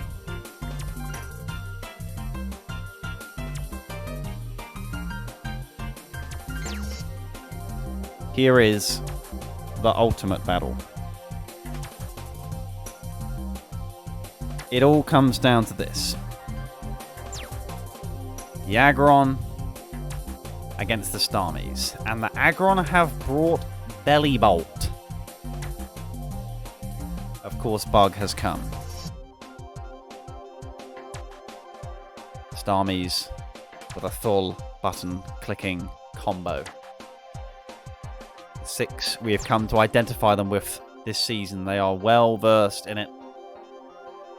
And that certainly can be said more so for the likes of Bellibolt on the Aggron. Will that be the secret play to get the Aggron their first ever playoff appearance?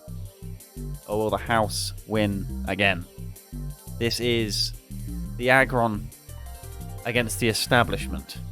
A truly symbolic battle that is effectively a playoff game before playoffs. For this ends your season if you lose.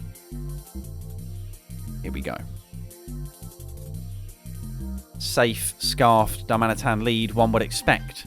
But could it be a trap? There's a sniper, and you never know quite what to expect. The U-turn is there. Could it be a static proc? If it is static, it certainly didn't proc as Glaceon comes in. Terra Ground goes off immediately as we see the Volt switch blocked there for a second ground type. Terra Ground and Bellibolt is ended.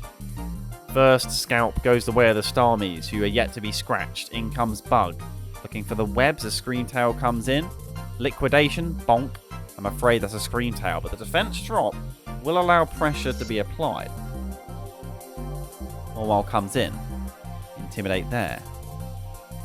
Toxic Mist matters not. No care for the webs. I guess only Darmanitan really effective. We see Lunge to attempt to lower attack as Mawile simply clicks knockoff. The Aggron really struggling to lay a hand on the Starmies, it has to be said. Bug goes down, and it's already 2 kills. This is a 4 versus 6 at the cost of some webs. Swampert in. Can it really break Screamtail? Are we going to see an instant power-up punch? We see the Mega. Rain Dance will need a flinch. And it's going to take flinches. Liquidation, not the move you want if you want to break unless defense drop. Trick Room goes up. And suddenly the Swift Swim used against Swampert, albeit Screamtail, will go down because of that defense drop. And suddenly Mawile is an option, albeit can't one-shot. So the freeze-dry threat is there. Aegislash is forced in. Trick Room works for both of these parties. Terra Blast, a lot of damage. Weakness policy, not to be. We see, instead, the Iron Head, but that's not super effective. And the great physical defense of Glaceon means it just doesn't care. And instead, the Trick Room waited out with King's Shield, but Aegislash hugely impaired. And its ability to answer the likes of Darmanitan crippled. The Starmies edging so much closer here to getting to the promised land. But a close combat will still land, as Glaceon will look to finish off with the freeze dry for now. It's all in the magic of Iron Moth. It has to perform something incredible, but frankly, with the likes of Snorlax and Terra Flygon, albeit no Terra left for Flygon, still I'm 9. 9. Swampert's in. Body Slam, crits! No para. Here comes Glaceon the sack for the liquidation. Will it be Rain Dance? No. Really needed that Rain Dance, it has to be said. Flygon is in, and you know it outspeeds, and it is desperately not outspeeding, but it lives the Ice Punch and gets the defog off.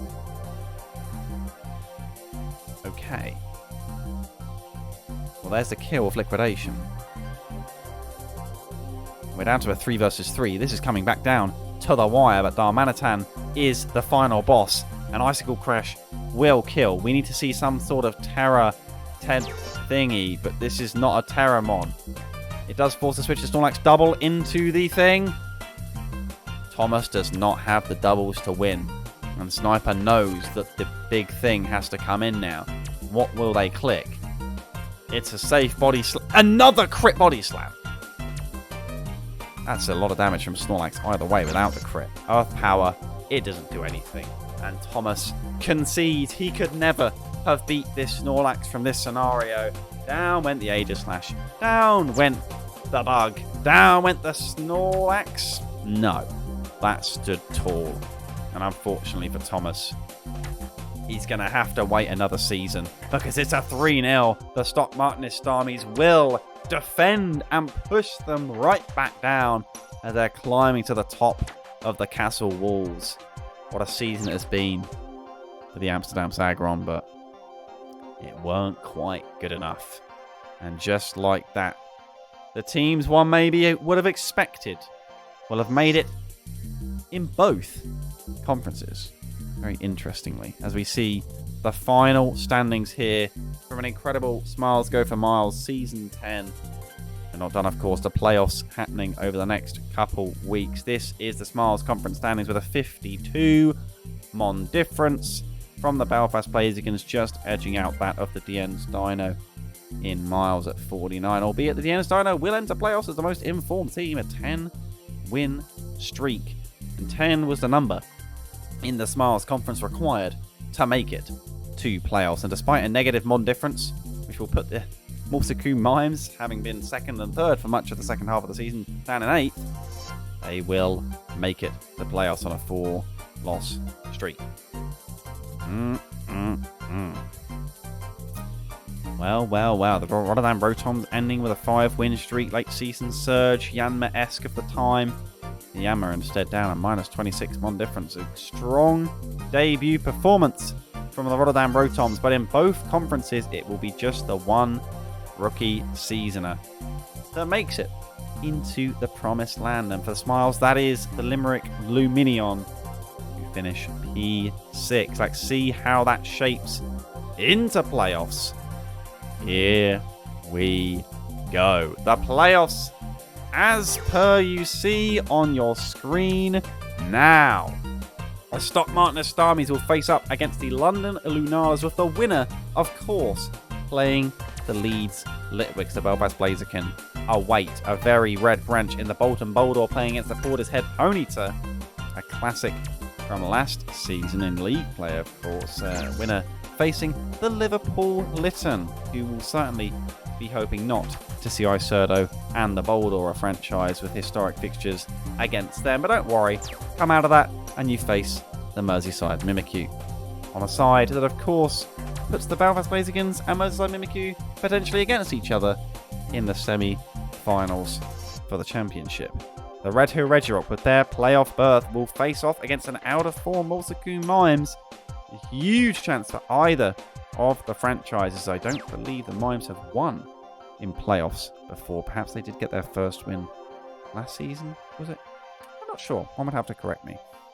Winner plays the Berkshire Bellossom, and then the most informed team in the league, the Jolteons Deino, looking for a second championship. Well, they would place the Gloucestershire Gallade in the semi-finals if things were to go to seed in what is perhaps the strongest league play performance of the Gloucestershire Gallade thus far, are waiting on a very bizarre branch of the Limerick Lumineon, facing up against the Buckingham Bonsly, who, should they win, will get a probably non-drafted rematch against the Cheshire Combees to lead through there. Any predictions? Who knows? I'm sure there'll be a prediction bracket up for you all in order to see what you think. I don't know what I would predict at this point, but you know, maybe my brain's a little bit fried in terms of Mon leaderboard for the season. I don't know. It's Gallade and Goldengo? Perhaps. It always was. A huge gap, it might be said, to the teams, well, really Mons, I should say, below them. In fact, Big Dragon, the Regidrago, comes in at P3, followed by Mega Dancy and another Belfast plays again with Mon in Megalopony. There's Roaring Moon, Celesteela, that's number Wang. A monstrous draft. Perhaps the highlight, not to immediately cast Drampa into the shadows with a 50 and the 3 off of just 6 battles. Certainly slept on there. But these will accumulate more kills, many of them, in the playoffs, albeit some not. Have to see how those do develop. Go to the last 2 tabs for 2 cool charts. Well, throughout the season, this is how the teams in the Smiles Conference moved. Now, I can't scroll the way I want to, but I'm going to in a second. Can you give me a second?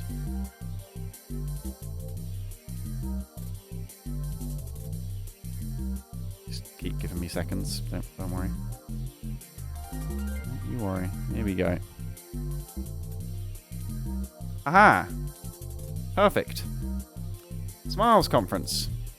You can see how the Aggron went all over the place. You can see the height of the Mimes, only to then slowly descend. You can see the Belfast Blazikens reach first in week 6 and never look back. You can see the Litten, perhaps with some early confusion in the season, a worry that it could have been like last season, only to then champion right on up, even hitting second, finishing a strong E3, very consistent from the Gallade as well. You see the Leeds Ludicolos with some early fluctuations, and certainly, as we would expect, more fluctuations in the start of the season. That's just how it goes. As for the Inkays, were incredibly consistent. As for the Miles standings, I will again have to see what I can do here. There you go. It all seemed to shuffle about a fair bit at the start. And that's how it all ended.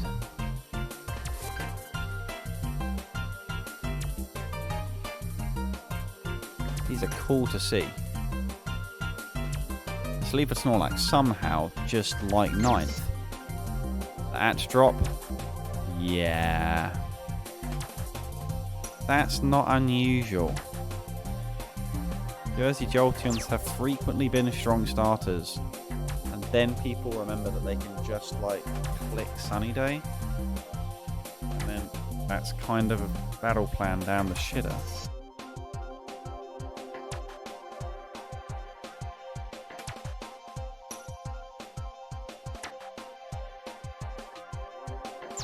Look at the Red Hill Regirock. Literally a valley. They hit as low as 14th.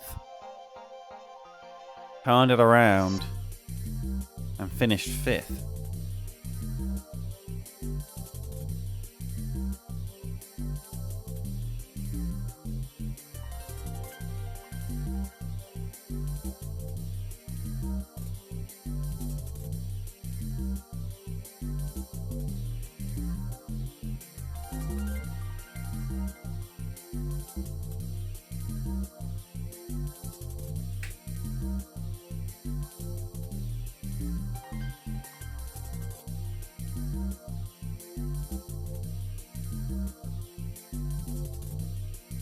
For 1 week, Finchy was below the Bradford Bulu. Well, the Bradford Bulu had a almost very satisfyingly mountainscape looking shape.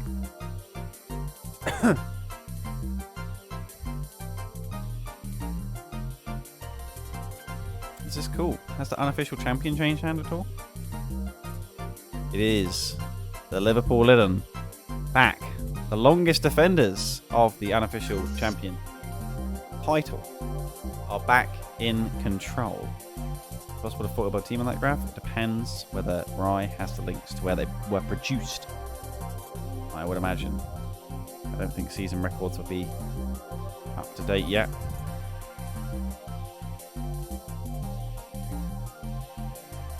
And all of this data, all happy and cool to sort through on the sheet in your own time. For it is approaching my bedtime. I must be back up for work in the morning, and sadly, not for more Draft League. But rest assured, I am working hard on the site in my time, and a full announcement of Season 11 will be with you before too long. But not yet. We've got a Season 2 finale right here, and playoffs that are starting now. You've got, of course, until expected Monday 28th, I would believe, before we finish all of these matches. And then it's the championship weekend. Understood? You know the drill. It's the best time of the season. I can only commiserate those who missed out on said playoffs. But ultimately, it was a great season. And for a trial of Season 10 being Gen 9, Gen 9's pretty fucked. You know, we didn't screw it that bad. You know, that's what matters. We made it bearable, and I hope it's been better than bearable for everyone involved. There's certainly much to be admired. I shall link you to the document regarding the 2.0 update for Season 11, so you can read through that in the Draft League info channel as well. I thank you for watching. I thank you for being here. I love you all. I will see you on Monday, 21st. 28th, that is. 28th. If I don't see you before then. Hopefully I will. But I don't know. So see you then. And best of luck to everyone